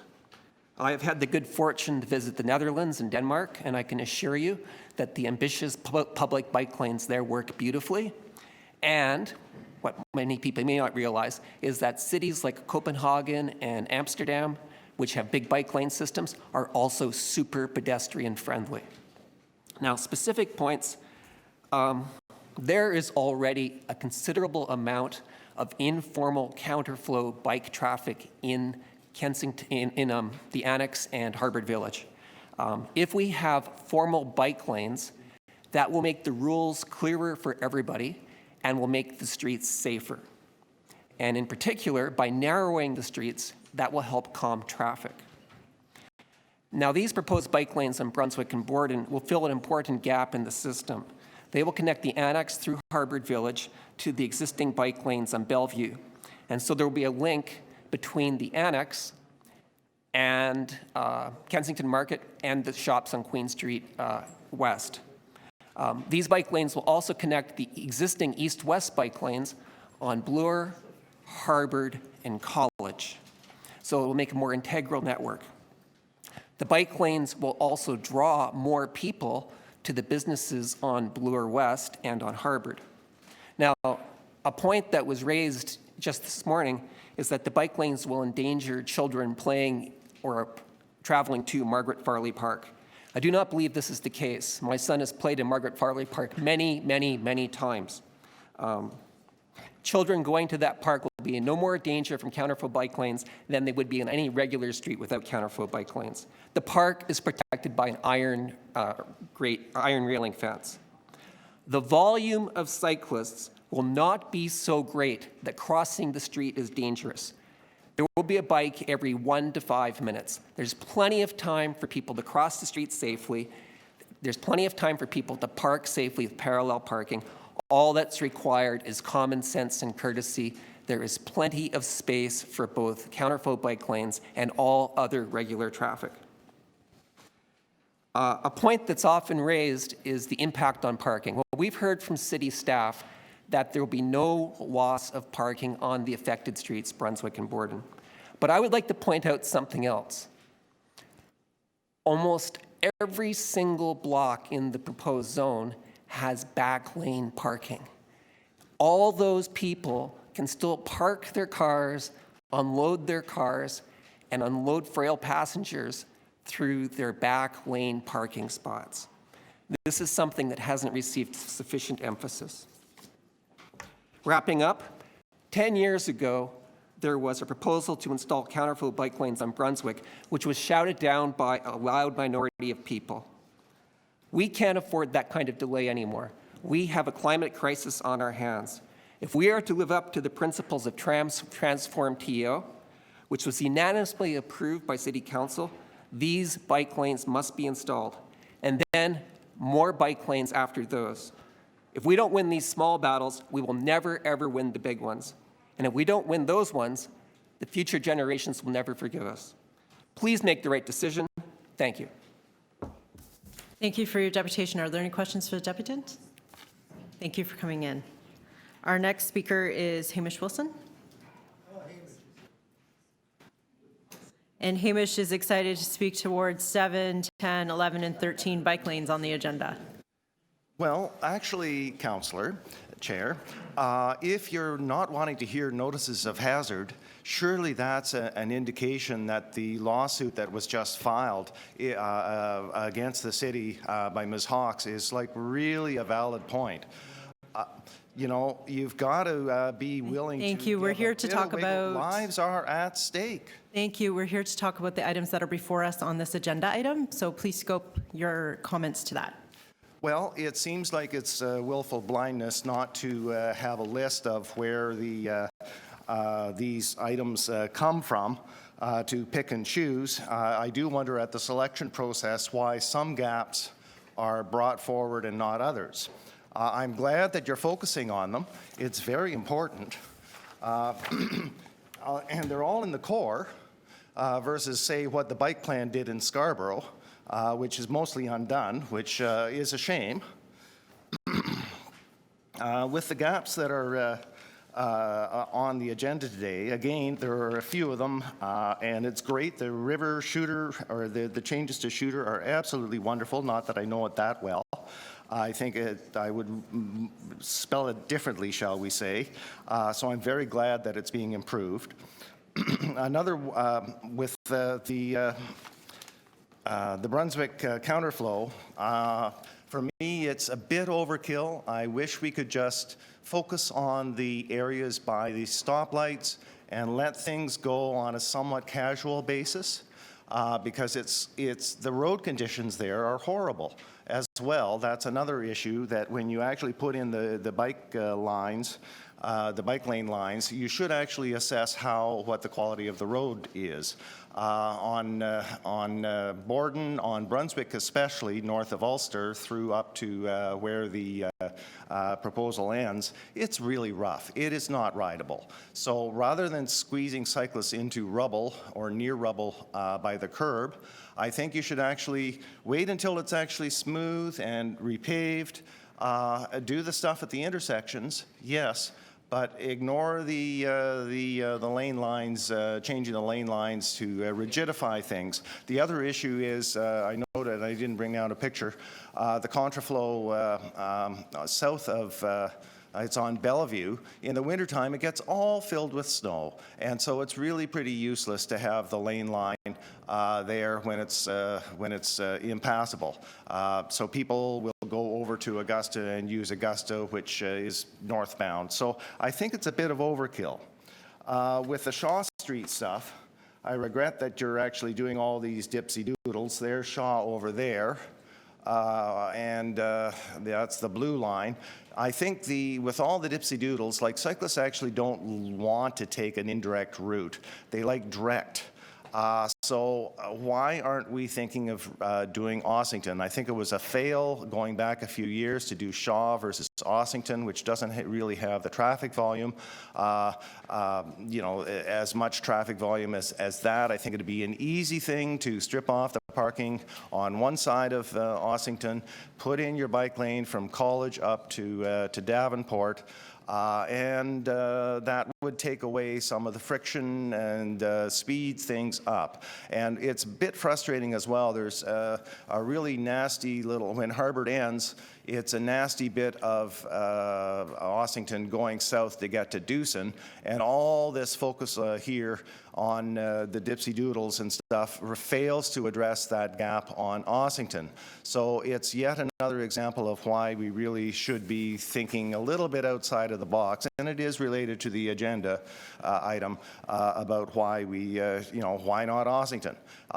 Certainly as you go south, notice of hazard, Ossington is substandard narrow from, let's see, it's Dundas down to Queen.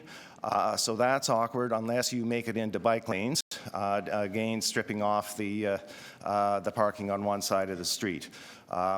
So there are all sorts of issues that are not looked at, unfortunately. So yeah, you didn't want to hear about the notice of hazard again, about the margins of many core roads of streetcar tracks, very broken up and dangerous. But focusing on the side streets is nice, but at the same time, not all of our destinations are on the side streets. We're going through to somewhere. Often the place is on a main road. What else is there? Yeah, I guess that's about it. The Douro-Wellington is probably very good, so thank you for doing that. And I'd love to move beyond the core. Again, the Scarborough is mostly undone from the 2001 bike plan. It was supposed to be a foundational document in your official plan, but it doesn't really matter, does it? Again, I'm sorry that you're not interested in the notices of hazard throughout the city. There are many other instances that need attention. Thank you for your deputation. Question, Councillor Layton. So I'll put this in the form of a question, and I do appreciate that there are many other routes that deserve some attention and priority. The reason why the city is moving on Brunswick now is because it's going to be resurfaced. Oh, good. So it's part of a resurfacing of Brunswick and a reconstruction of Borden. So this was trying to layer work on top of work, which is my understanding is going to be the city strategy from this point in, that we will look at opportunities to expand the network as we're doing this work, which is actually, in fact, as I'm told, how Copenhagen did theirs, albeit they started about 15 to 20 years earlier than we did, and every street got that level of treatment, which we're not quite at yet, but getting there. On the question of the same is true for Shaw. It's being resurfaced this year, which is why we're taking this opportunity to make such a significant improvement and intervention. Now, on Shaw over Ossington, if I could challenge you slightly, because I was there for the implementation of Shaw, not for the debate on Shaw or Ossington. It predates me by a couple years. but Shaw is in fact longer. And Douro and Wellington are only great routes because people are coming down on Shaw. If you go down Ossington, then you hit Queen Street and CAMH, and there's just no way through, unfortunately. Years from now, that might be different as CAMH develops, but Shaw was chosen because it's actually longer than Ossington, and notwithstanding the difficulties of putting it on Ossington based on the transit routes, I think given it's tripled the number of riders on Shaw in a short amount of time, I think it's demonstrated its usefulness in the grid.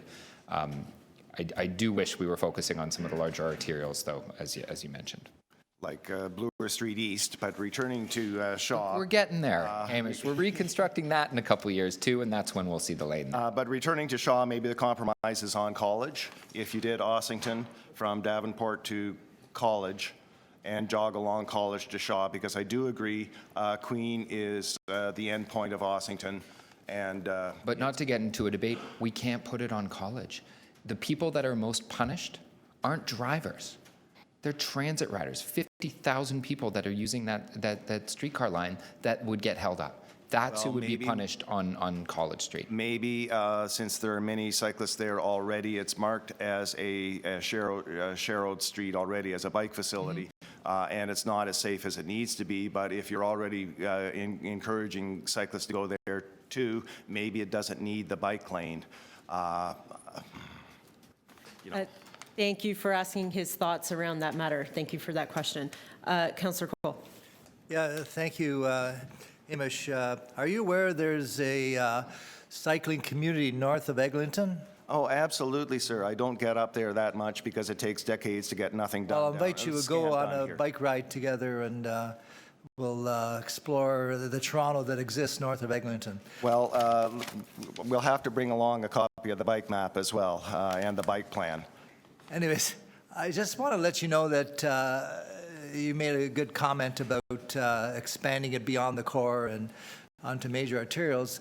Have you been made aware of the work we're doing on creating the Jane Jacobs Promenade and Jane Jacobs Way through the middle of the city, right up to this York University, in fact? It's hard to keep up with everything, so please, that sounds good. Yeah, that through planning, Al Rozowski in planning is the lead on this, we're trying to connect the cycling paths south of Eglinton up through the Allen Expressway, beside it, going north through Lawrence Heights and then working its way through Councillor Pasternak's ward all the way up through Councillor Peruzza's area, all the way up to, said, the limits of York University. So maybe at one point in time, you and I will sit down with Al and go through some of these plans that are being implemented by our planning staff, but exploring these new routes through the middle of the city. Great. Okay, thank you. Thank you. Thank you. We look forward to having you back when we discuss those wards. There is a city north of Eglinton. But today we are talking about wards 7, 10, 11, and 13, which are before us. With that, I would like to invite our next deputy, Albert Cole.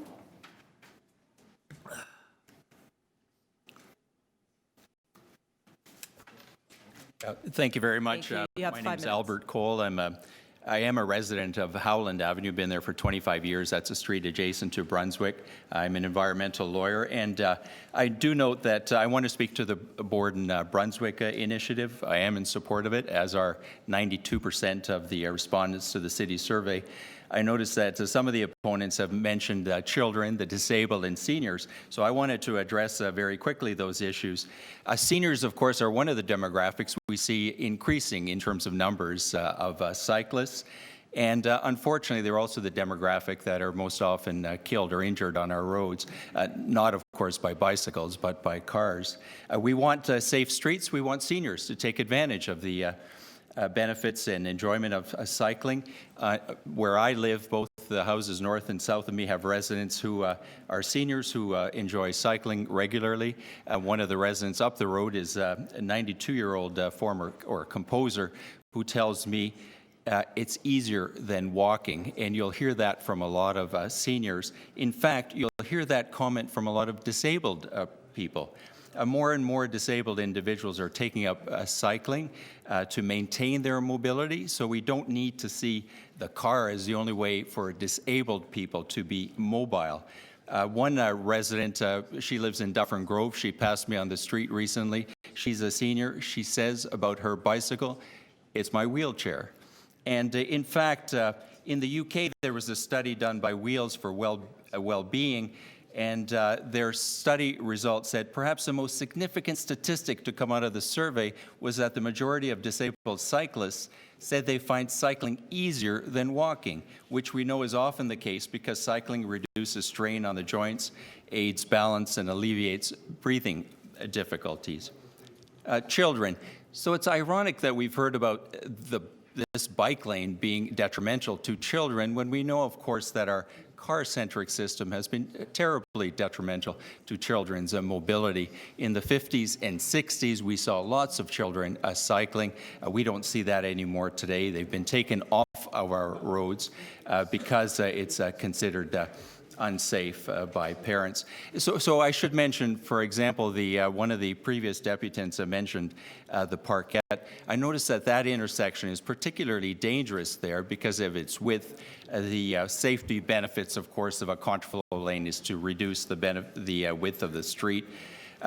As safety, I would say the contraflow offers a very useful visual cue to alert pedestrians, including seniors, the disabled, about the presence of cyclists. Some cyclists, admittedly, are going the wrong way on those streets because it is convenient, but it allows them, it alerts them to the presence of cyclists. So I should say that one of the recommendations, of course, of the Chief Coroner's panel on which I sat in 2012 was a complete streets approach, and that is an approach that recognizes different road users. On these stretches of road now, what we see is attention given to motorists. We have parked cars and moving cars.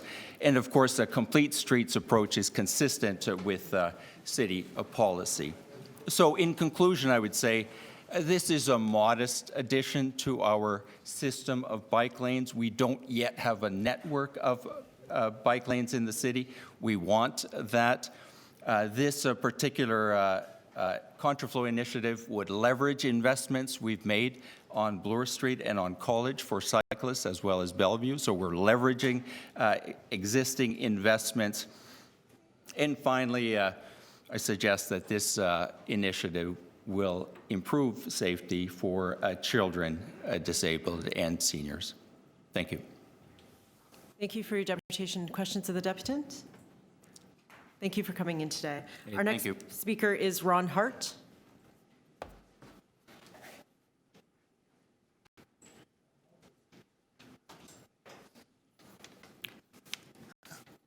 Hello. Thank you. You have 5 minutes. Great. Hello, my name is Ron Hart. I'm chair of Bike North York, a community group affiliated with Cycle Toronto.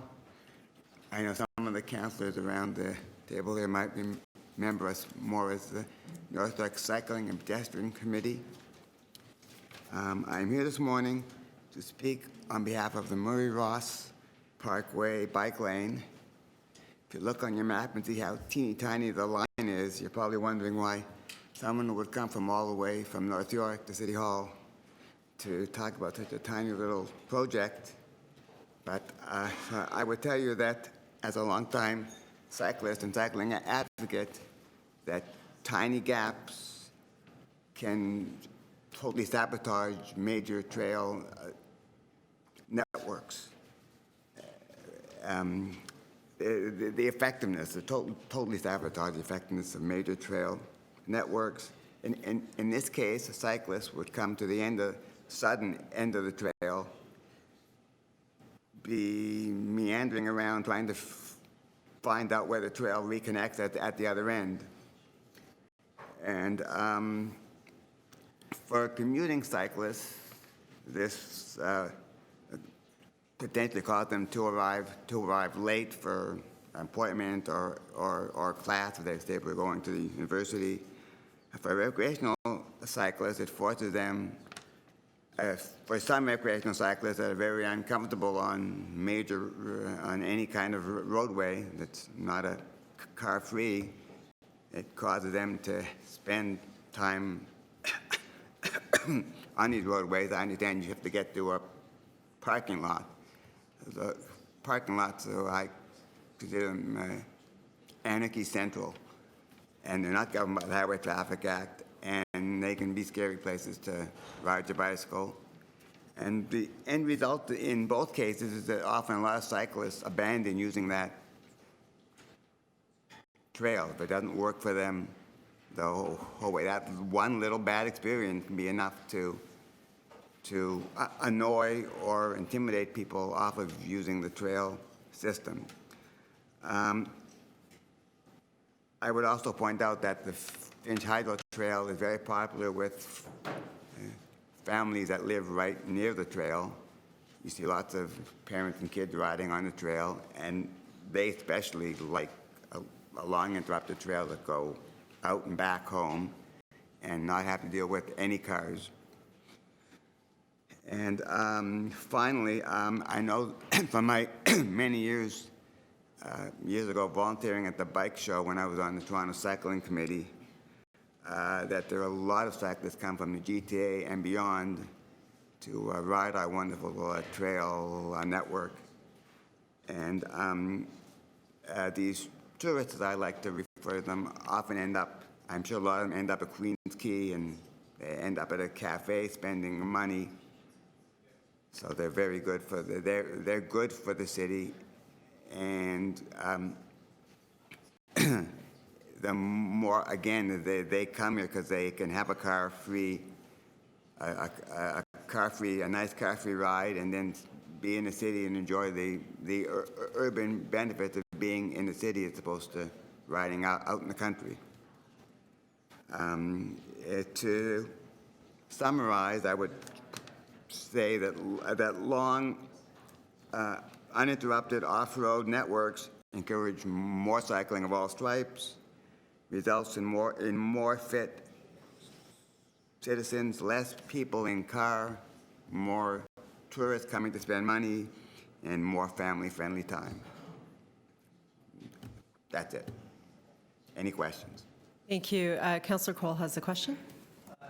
Thank you. It's just as if we set this up, as I was saying. My counselor, I should It's say. wonderful to see someone come from north of Eglinton, from the far reaches of North York, who cycle. And you're a cyclist, and you've been involved with cycling. I see you in Cycle Toronto, so it's great to see you here today. First of all, I'm just not quite sure. What is it that you're proposing for? Well, the trail that's proposed, it's on Murray Ross Road, and it connects the Finch Trail. I don't have the map in front of me. The Finch Trail kind of stops, and you got to, because you can't continue. There's no way to continue it on the trail. So you got to weave to a parking lot and zigzag around, and then you get to the Finch back on the trail. But this Murray Ross roadway, if you look at the line, it's lines like this, then it kind of line, and then it connects right up to the other line. So you'd naturally head to something that says bike lane here, and you'd ride it, and then you get back on. You're trying to get a more direct connection. Yeah, because the zigzagging, it adds more time to people's trips, which people, like say a professor who are working at campus, and maybe he lives out, say, at Leslie. That's a nice, safe, straight ride. They're not going to likely get him to ride Finch Avenue all the way. Exactly. I mean, I would do it, but that's just me. I'm crazy, maybe. And again, for Councillor Peruzza's benefit, I just want to repeat, as you know, Councillor Peruzza is an avid cyclist. But he wasn't here when I was talking about the new Jane Jacobs cycling trail and walking trail that's going to go into his ward, and he's very excited about it. And hopefully I can get you to be involved along with Hamish on extending this cycling trail through the middle of the city. because as you know, the proposed Jane Jacobs cycling trail is going to go up the Allen Expressway through Councillor Pasternak's ward and through Councillor Peruzza's ward. So I'm sure Councillor Peruzza would like to be involved in this too. Yeah, I'll use that. So you're willing to participate in this effort with I would definitely. city planning? Because Yeah. it's much needed, as you have just reiterated, that we have to have this connection between North York and the old city of York and Toronto, because there are many people interested in cycling, and we've got to attract more that live in Councillor Peruzza's ward or my ward.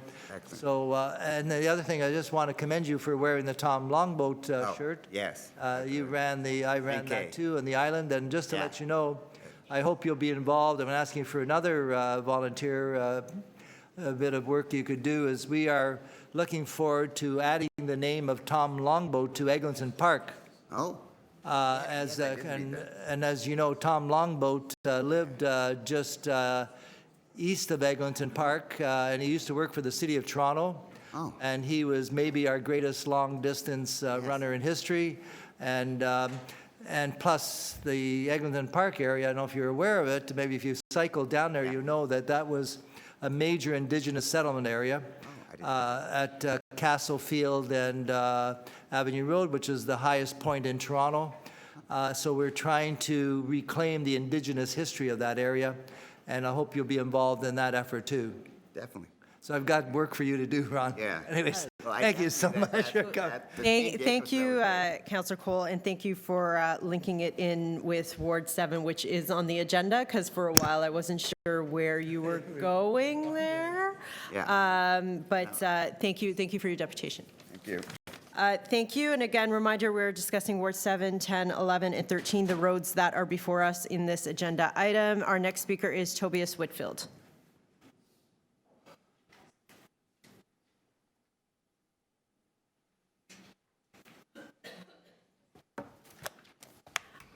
Thank you, Tobias. You have 5 minutes. Thank you to the committee, and thanks for the time. My name is Toby Whitfield. I'm a resident in the area of the Brunswick and Borden contraflow bike lanes. I live on Major Street, which is just a street over from Brunswick. And I use a bicycle for a significant amount of my commuting and transportation.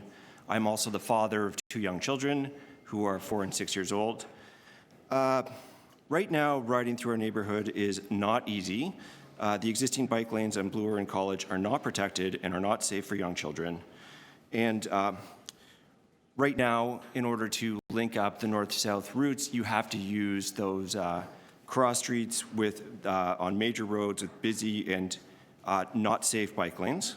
So having a safe and convenient north-south route would make it much easier to bring my kids to the park. A couple of people have discussed Margaret Fairley Park. I actually have children, and we go there. And my kids often ask me why they're not allowed to ride their bicycles there. And I have to tell them it's because it's not safe. And every time they get upset, they get confused, and they love riding their bikes. And right now, it's very difficult in our neighborhood. And I think we need to do all that we can to enable children to be able to use those routes. Especially those north-south routes that link up parts of our neighborhood. So, for instance, we use that north-south corridor to go to, like I said, Margaret Fairley Park. Also, on the weekend, often I would like to take them to Kensington Market. There's a park down there. We could do a bit of shopping. Right now, I won't let them ride their own bicycles there. And I do ride with them on my cargo bike. As they get larger, it's becoming a real challenge, and at some point that just won't be practical. And so for those reasons, I think it's very important. Now, I know there's been some concerns addressed about the safety on Ulster. Those issues that were raised are issues that exist already. I'm in terms of larger cars and with their sight lines and all of those things, I am engaged and would like to fix those issues, but restricting cycling infrastructure is not the way to address those issues that were raised. I think that's a bit of a a side argument that doesn't really hold any water to me. One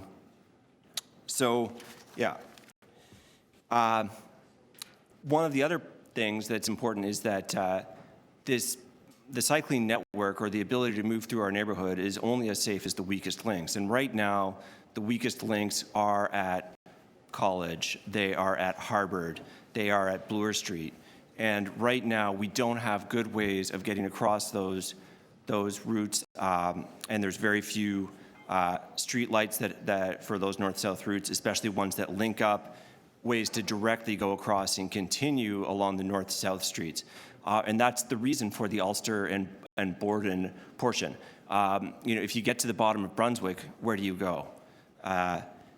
So that is why that is very important. Just to reiterate, right now, my daughter, who's 6, she's been riding her bike for 2 years. She's very competent, but right now we are restricted to islands of safety within our neighborhood. And I'm not talking about riding all the way across the city. I'm talking about riding to our local park. Right now, it's not safe, and these lanes will help to make that ability to ride there safer. And they are not perfect, but they are better than what we have now. Thank you. That's it. Questions of the deputant? Thank you for coming in today. Our next speaker is Tamara Nahal of Cycle Toronto.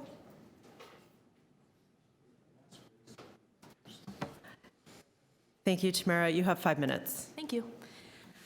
Hello, members of the Infrastructure Environment Committee, councillors, and staff. My name is Tamara Nahal. I'm the Community Engagement Manager at Cycle Toronto. As the Community Engagement Manager, I work and collaborate with local residents and volunteers in their neighborhoods to help us build a safe, healthy, and vibrant cycling city for everyone. Cycle Toronto strongly supports both the cycling network plan and its implementation, including the projects proposed in this item. The cycling network plan was passed by the City of Toronto Council in 2016, and the commitments were reaffirmed in 2019 in July, with a strategic focus on near-term projects that were to be built, renewed, or studied. The near-term implementation plan runs from 2019 to 2021, which means we're right in the middle of it. If we want to stay on track to achieve the vision of the implementation plan, completing projects like the ones that are being discussed today are vital. 2019 set the stage. City staff worked very hard to get where we are today. They actively engaged with members of the community throughout last year, and now we're seeing the fruits of all their labor. 2020 is off to a great start, and we've got a number of projects across a range of wards up for discussion today. There was a robust consultation process for the items that you see before you. A lot of options were considered, and residents were given the opportunity to provide their feedback on specific options and to weigh the pros and cons and come back to the city with their recommendations. And staff gave consideration to the route's design, impacts to things like parking and traffic, school bus loading, and connections to the broader cycling network.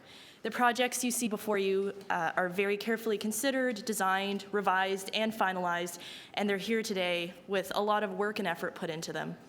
We specifically support the use of contraflow bike lanes on residential streets.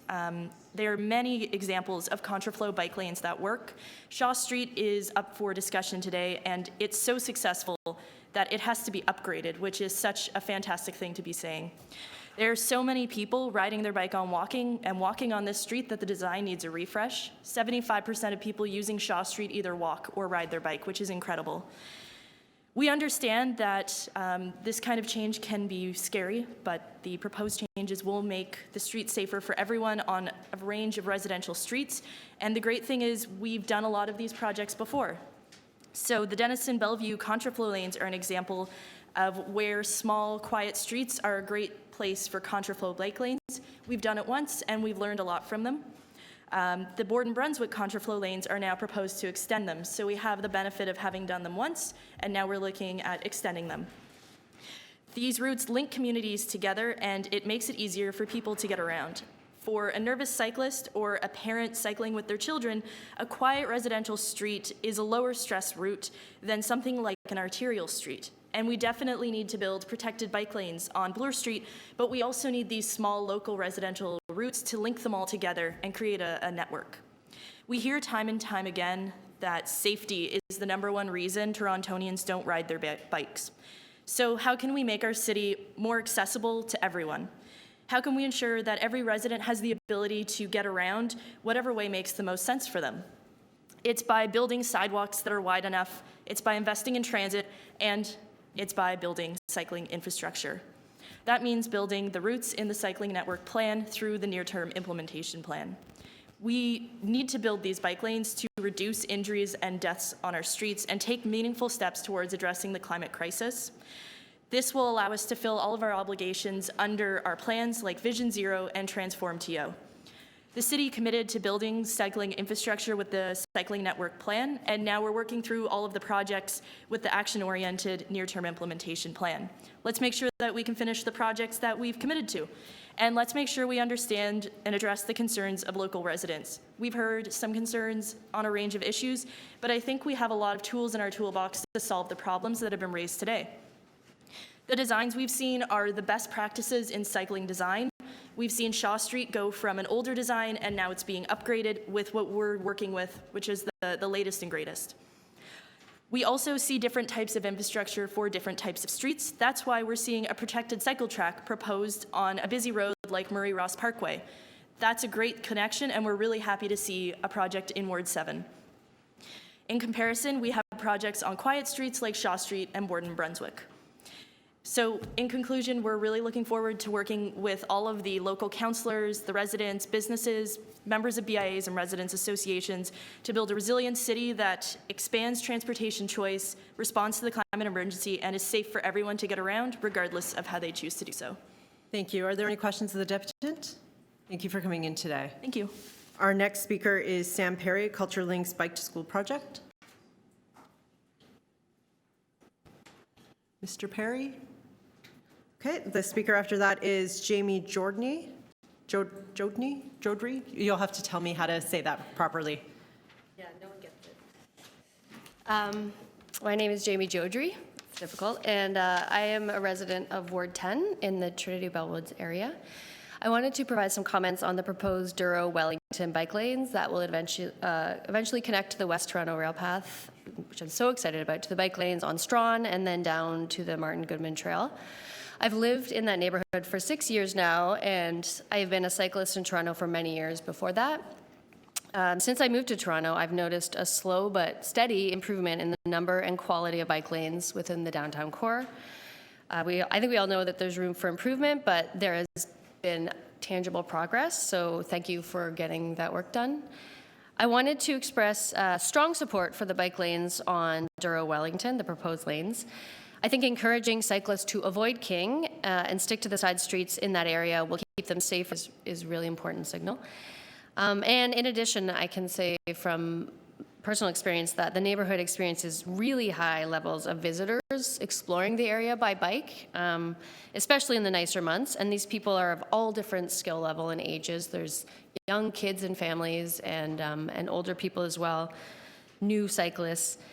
And giving them a better option to travel east-west throughout the area, I think will keep them safer, and it may actually help decrease some of the traffic or congestion on streets like King and Strawn, which are incredibly busy.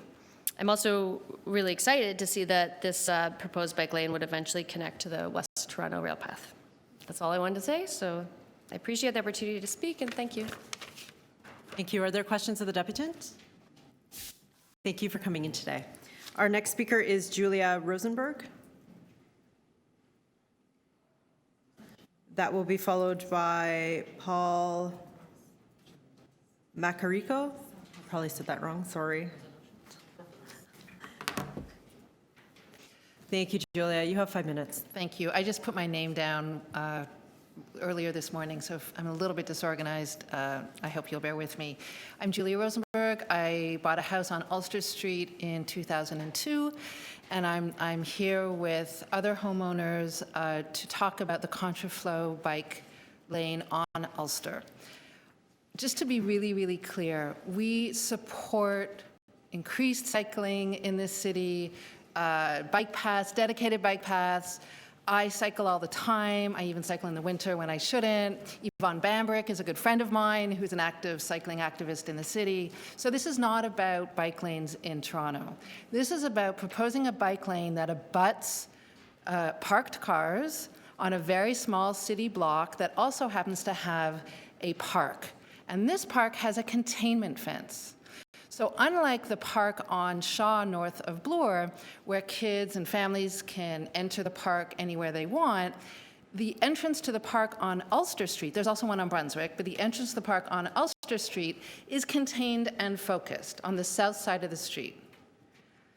There's no laneway behind the homes on the south side of the street. So we can't use our back laneway for starting and stopping. We know that there are plans to do it on the corners. I'm able-bodied, I'm younger, I don't mind. I'm sure it's a little more challenging for other residents and homeowners, but our concern is with cars pulling up onto the south sidewalk. Our concern is about pedestrian traffic. We share everyone's concerns about the safety of cyclists, young cyclists, old cyclists, cyclists who face physical challenges, but specifically our concerns are about having the contraflow bike lane abutting the parked cars. It will not be the case on Borden. It will not be the case on Brunswick. It's a very short block, and if I understand correctly, cyclists would be coming south on Brunswick and then turning onto Ulster and then going further south onto Borden. Unlike Shaw and Denison, the people in the cars won't have the benefit of far sight lines. So they get in their car and they can't see the cyclist approaching from afar and try to accommodate that. Actually, someone who's in a parked car who wants to pull out, aside from the fact that we have many trucks and SUVs, which makes the sight line challenging, they can't see the cyclist approaching from far away and moderate their timing to accommodate that cyclist. So our objections are specifically to the bike lane abutting, the contraflow bike lane abutting the parked cars. It's regarding sight lines, the containment fence, and the high likelihood of cars pulling up on the south curb. We hear talk of installing some sort of steel bollards in front of the houses on the south side of the street. But we can't help wonder why the city doesn't consider just putting a traffic light either at College and Brunswick or at Borden and Harvard. There probably are regulations for the length of time between traffic lights, but if ever an exception could be made, this makes sense to us. There already are cycling lanes on Harvard. And unlike a deputant said earlier, it's not, like the odd cyclist that goes by. My friends who helped petition for those bike lanes went out there in the mornings and counted the amount of bikes. And in the morning, it's a constant flow of bikes, which is great. But why don't we use these well-serviced bike lanes for east-west instead of this little route on Ulster? And when it comes to public consultation, with all due respect to the efforts made by the city, I'm a film producer. I produce fiction films and documentaries. I know how hard it is to market something and to reach an audience. It needs to be said that everyone keeps referring to this as the Borden-Brunswick bike path, and there's no mention of Ulster Street. So even if I had received the flyer, which I have no recollection of having received, it would not have sparked my interest. I didn't go to the public meeting on February 3rd because I didn't know about it. So we took it upon ourselves to actually petition our neighbors on this block and go to them and show them the map and explain what was going to be done and show them the wording of our petition and our concerns. 100% of homeowners and residents on the city block oppose this because of safety concerns. Not because we don't want to cycle in our city. We do. But we just don't understand why this path hasn't fully considered installing safer crossings on Harvard Street and on College Street, and in so doing, avoid creating what we consider to be serious safety concerns. So we just urge you to really take another look at this. We want to create a safe environment for everyone who walks, cycles, and parks on that little strip of street of Ulster between Borden and Brunswick. Thank you. Thank you. Thank you for your deputation. Are there questions of the deputant? Thank you. That brings us to the last deputant on this item, Paul Macarico. Thank you. You have 5 minutes. Hi, I'm Paul. So I've been a long time, all my life basically, on Borden Street. I was born on Brunswick. And I was horrified to see like cars, I've been noticing the traffic patterns on cars have been going like crazy on opposite directions. So I think I agree with the bike lanes for sure. I'm not sure about the Ulster portion, but definitely Borden and Brunswick need bike lanes. I think it would increase a lot of safety overall, and both a cyclist and a motorist. And I would like to see us be able to unload like groceries in front of our house, at least for a short time. I could imagine. I only started to think about the possible implications with any house remodeling construction, which is always ongoing in our neighborhood. How they're going to be on or around the bike lane, I'm not sure, but I am for the bike lanes. I'm not sure which direction they should be going, but I know that the traffic, I believe, should be changed the direction of Borden. We definitely, my main concern is, for me personally anyway, on rush hour, the college rush hour, we get the undue unloading of all the excess rush hour traffic going up Borden, especially in rush hours. And whereas Brunswick is a wider street, and I think it should be two-way all the way up and down along Brunswick. In fact, and to accommodate that, my proposal would be to make an elevated bike lane on the grassy boulevard on the edge of Brunswick, because it's so wide boulevards. We could easily use an elevated bike lane like on Roncesvalles, for example, and that would allow cars to fit quite easily. And there's definitely a lot of changes that need to be done there. These are just, I know nothing's going to be perfect. The way I would design it would be to change the direction of Borden, at least from Van Conant going southbound as it was in the 70s, back down to College. Or if that's not possible for the overall design of the traffic flow, would be to at least install speed bumps on Borden, because we do get the undue traffic overflow of all the rush hours. Every day I notice it. The pattern is horrendous. I've seen cars go down the middle of the night at highway speeds, literally, could be, I don't know, and they come to a screeching halt on College in the middle of the night going the opposite way. So if it had the opposite direction installed as it was before, they wouldn't have to speed like that. There's just so many things, so many considerations. It definitely needs a big refresh in that in our area. So what else is there? Yeah, so Ulster, I suppose, would have to be like a two-way all the way across, as it is in the next. Is it Seton Village or Palmerston area? They seem to work fine with it. Ulster being two-way all the way across to help to ease the flow of cars. I know there's some kind of U of T study being done right now. The students are evaluating the whole flow, and I already submitted a lot of things online. So that's basically what I want to say. Yeah, I suppose a handicap. I think grocery should be added where we should be able to at least unload things and not have to cross the street. That's definitely something that people want. And I don't know. I think that's about it. Thank you for your deputation. Are there questions of the deputant? Thank you for coming in today. Thank you. That brings us to questions of staff. I would like to point out that it is 10 after 12, so in 15 minutes we will be making a decision to either extend or come back. So we'll start with questions of staff. Yes, thank you very much. And this will be brief, just because it's come up several times.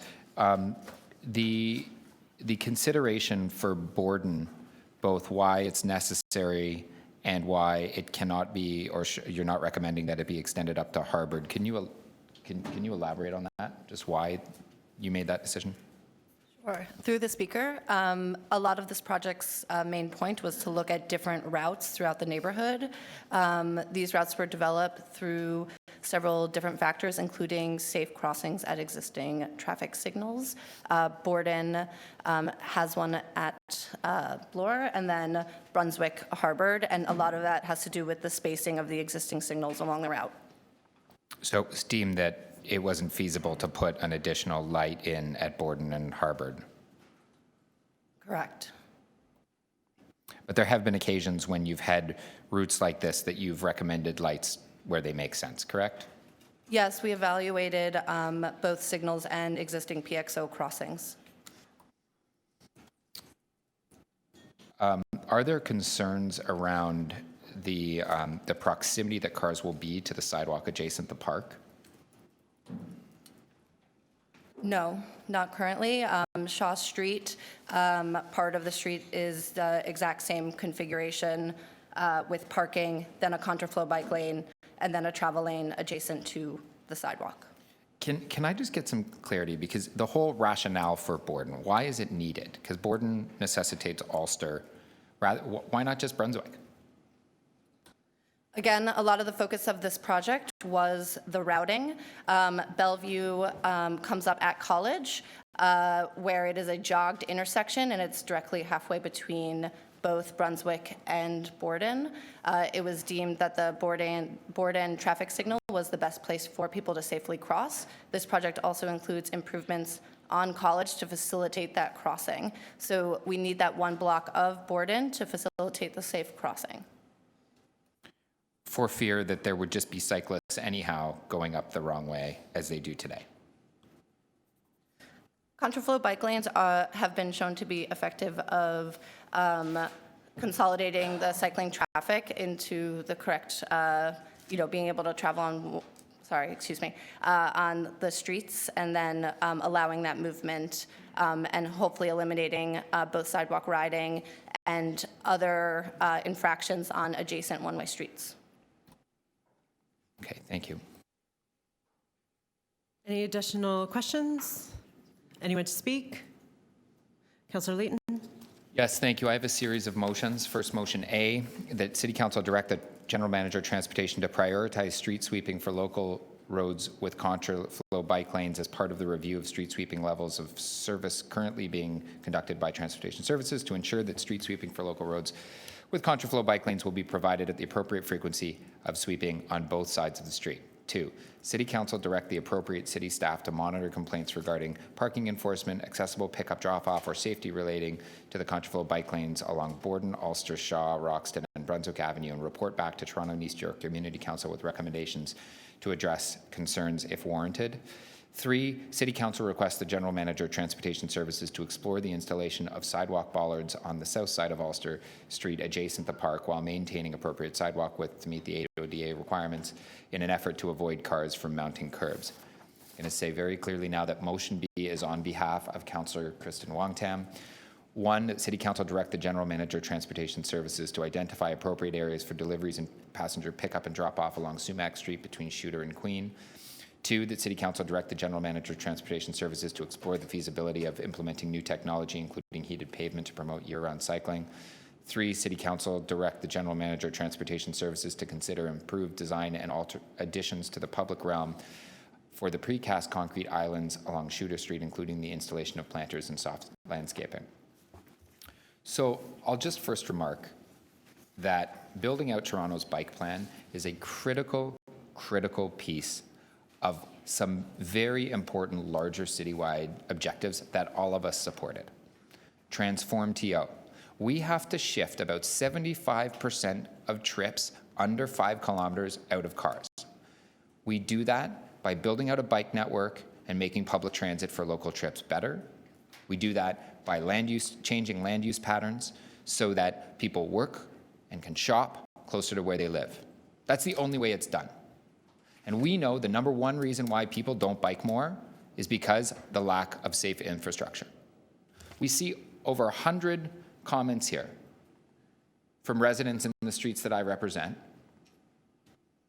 that are reaching out saying we need this infrastructure. Most of these folks have children, if you read through carefully some of the comments, that they want to build that better and safer neighborhood for their kids. Vision Zero, another citywide objective that we all voted in favor of, is about making streets safer. We do that by building safer infrastructure, by slowing down cars. Now, I should say, and it was remarked by one of the deputants, these are just modest changes. Small filling in of gaps. We're doing them because we're undertaking road work.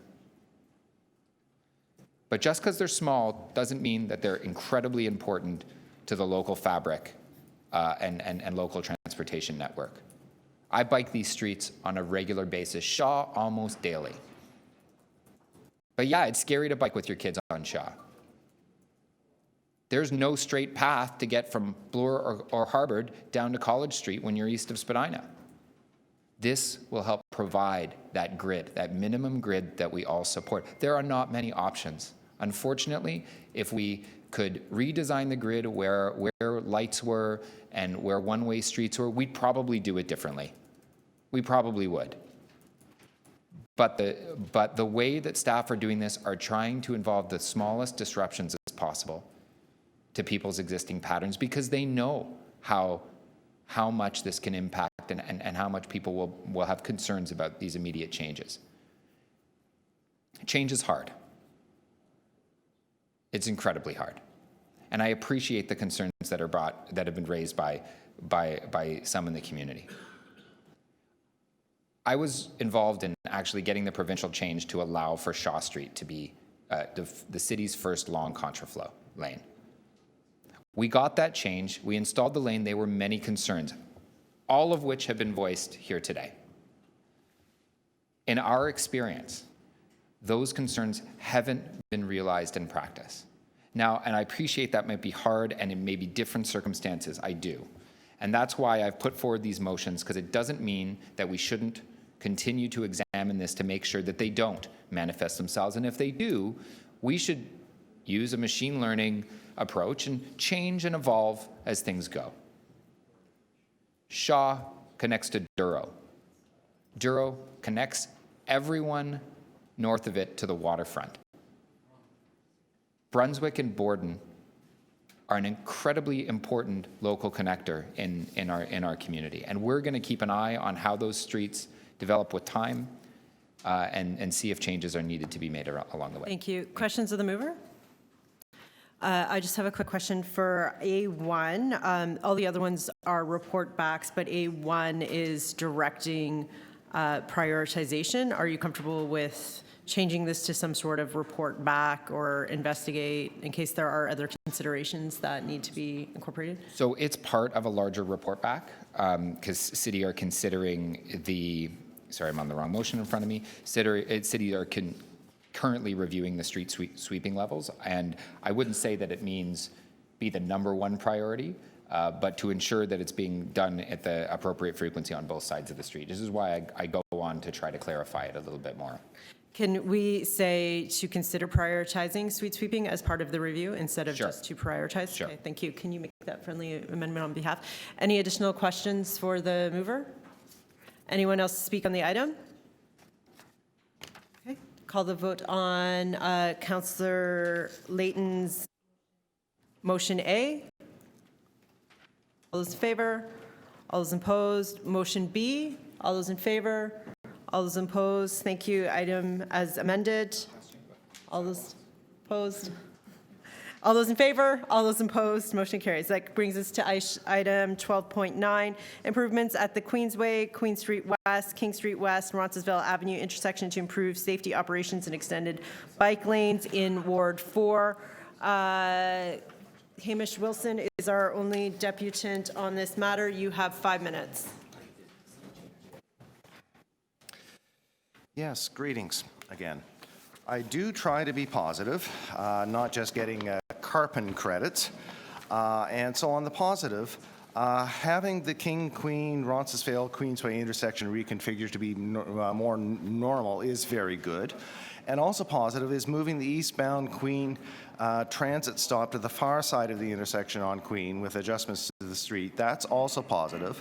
And it's also positive that all of this change is right on the doorstep of a good hospital, as quite honestly, it's an abject failure, a really strong failure in this instance, of not doing enough for bike safety through a critical gap.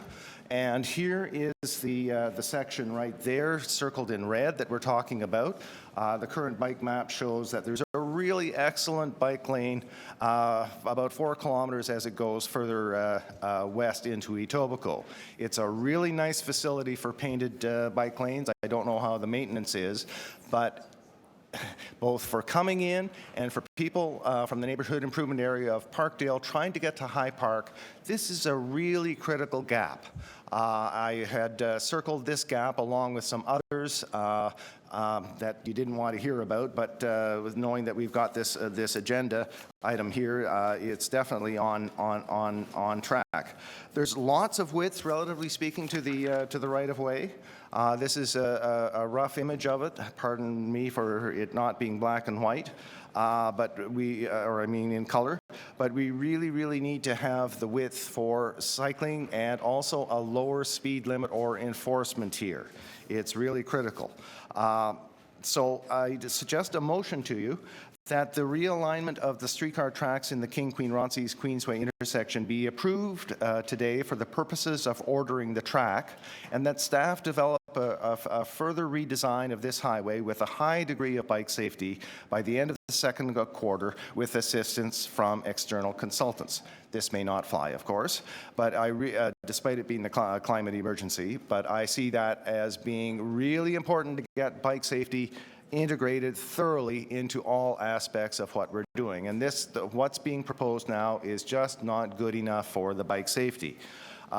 And here's another suggestion motion that all bump out and other changes to the intersection of King, Queen, Roncesvalles, etc. be permeable to bike travel in form of a bike-only slip-through following the line of former curbs marked with bollards, and in the westbound travel from Roncesvalles through the area of the tracks, that this passage form a protected bike lane with bollards and occasional concrete curb with bike symbol markings to indicate a track crossing of near 90 degrees. So the laws of physics indicate that, when large vehicles like streetcar tracks turn right, the rightwards curve, they inevitably pinch on the right side of a lane. Here, the TTC is marked with the circles, the curves, because they pinch. They don't want to scratch the streetcar tracks. This is not good enough as it's proposed here. There's going to be a pinch here on the northbound of the King car, and yet you're narrowing all of this and creating a really nasty pinch point in my view, and it's as if we haven't learned anything from the death of Jenna Morrison. You've got to make sure that there's safety for bikes on these rightwards curves. So go ahead and do a bump out, but do it in bollards and make sure that there's a bike path or something that's permeable to bike traffic being out of the way of the pinching cars, because you can have a streetcar and a large truck overtaking a cyclist and there's no room, and that's not safe enough. That's really bad. So these dashed orange lines indicate where the slip-through should go, in my view. And further, as we go on the tracks going west, we've got to make sure that there's more of a bike lane there. Instead of actually taking out and narrowing the sidewalk, let's put in the bollards. Because if you narrow things out as you're proposing, it's going to make a sharper angle for the wheels of cyclists to actually cross. And from the current bike map, there you suggest that we actually take go at the tracks from a 90-degree angle. So you're endangering cyclists here by taking away the sidewalk. And we know that there's, taking away the space and making that a sidewalk. Put it as a bike lane. And we know that there's space for a bike lane because, hey, there's a car. Thank you for your deputation. Is it? Gosh. Thank you. I'm sorry that there's not more time to get into the horrible nature of this. You've got to send it back because it's really unsafe, and there should be a whole lot of liability upon you. Thank you. Are there questions of the item? I'm just wondering whether we could send this to committee, to staff to just for consideration and to give us their feedback on some of the recommendations made by the deputant? Or I'm not sure how to deal with this. I think you'd have to move it, and we'd have to vote on that. Yeah, just to report back on on staff from the deputy? So I know that staff have spent a considerable amount of time working on this in association. I know that staff has spent a lot of time working on this in association with local councillors as well. And I think they're ready to proceed at this time. You can ask them in the questions. Would you like to move? Why don't we move to questions and you can question staff? No, I don't want to question staff because I just don't know enough about it. But I just raised certain flags for me, and I just don't know enough about it, but it seems to be a concern about safety, so that's why I just wanted staff to make a comment about it. We can also have it, you can ask additional questions at council and make changes at that point as well. So it will come before us again. There's never been a single thing that's ever been done that Hamish hasn't had. I don't think that's true. No, anyways, but I think I know Hamish before you did, but anyways, so I respect his concern. So anyways, I'll deal with it at council then, okay? Thank you. And then yeah. Thank you for your deputation. Are there any questions of staff at this time? Anybody to speak to the item at this time? Somebody to move staff recommendations? I will move staff recommendations. All those in favor? All those opposed? Item carries. That takes to item 12.11. What's a really interesting thing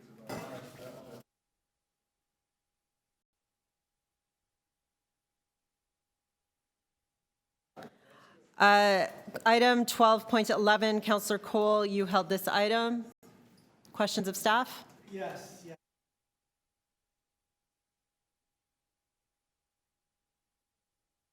Avenue West. Yes, a while ago,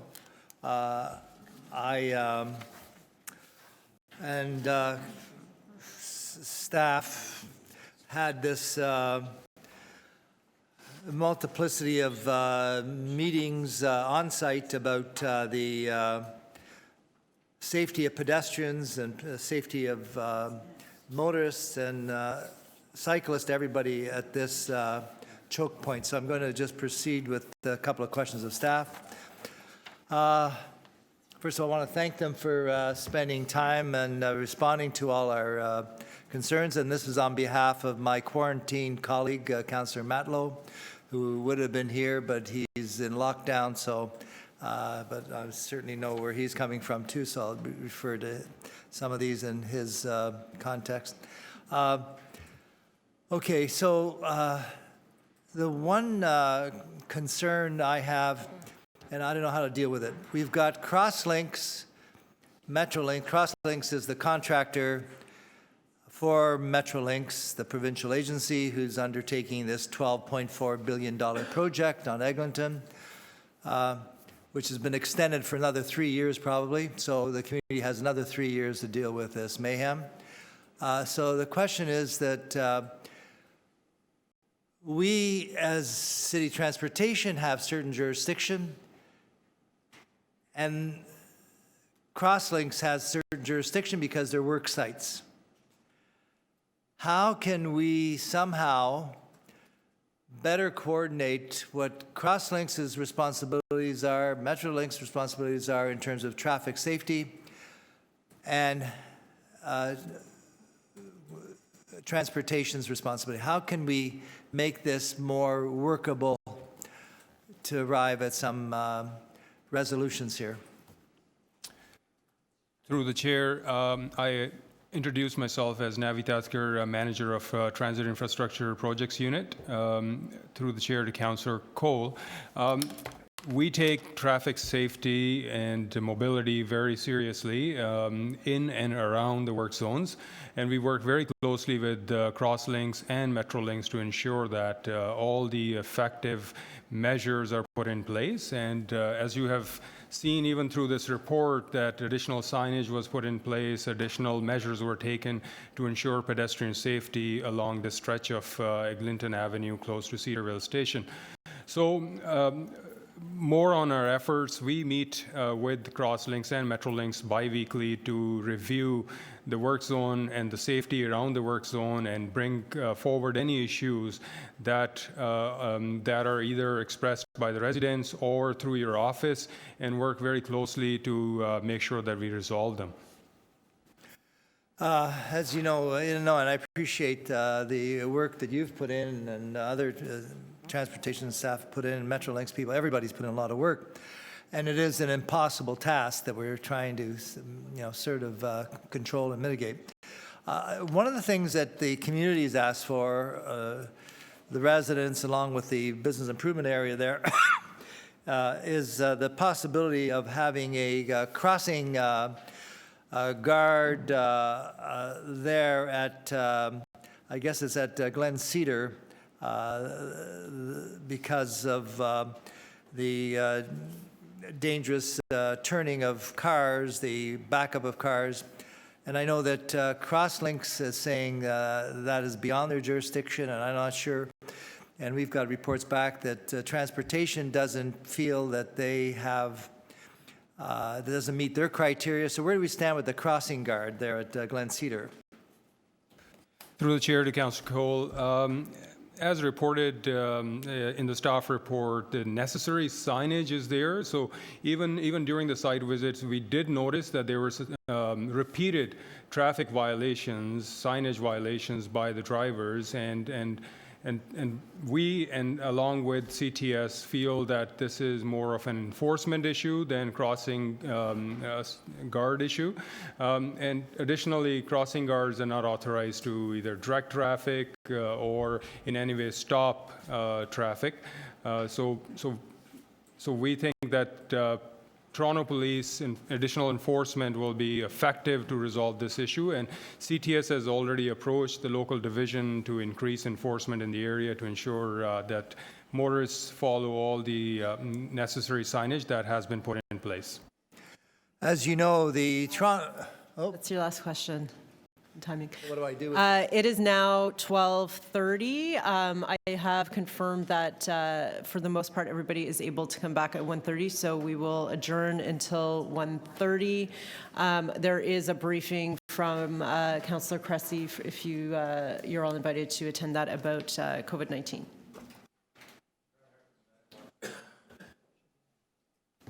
I think it's the medical officer. The medical officer of health will be there. Councillor Cressy is hosting it. As chair of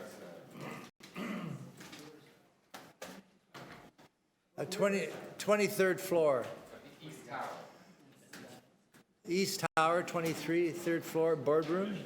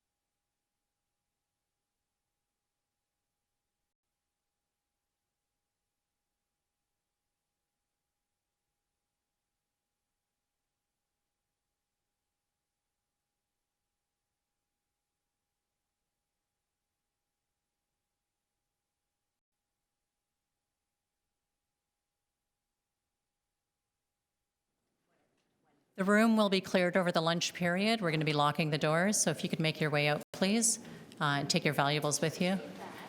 The doors will open at 20 after 1.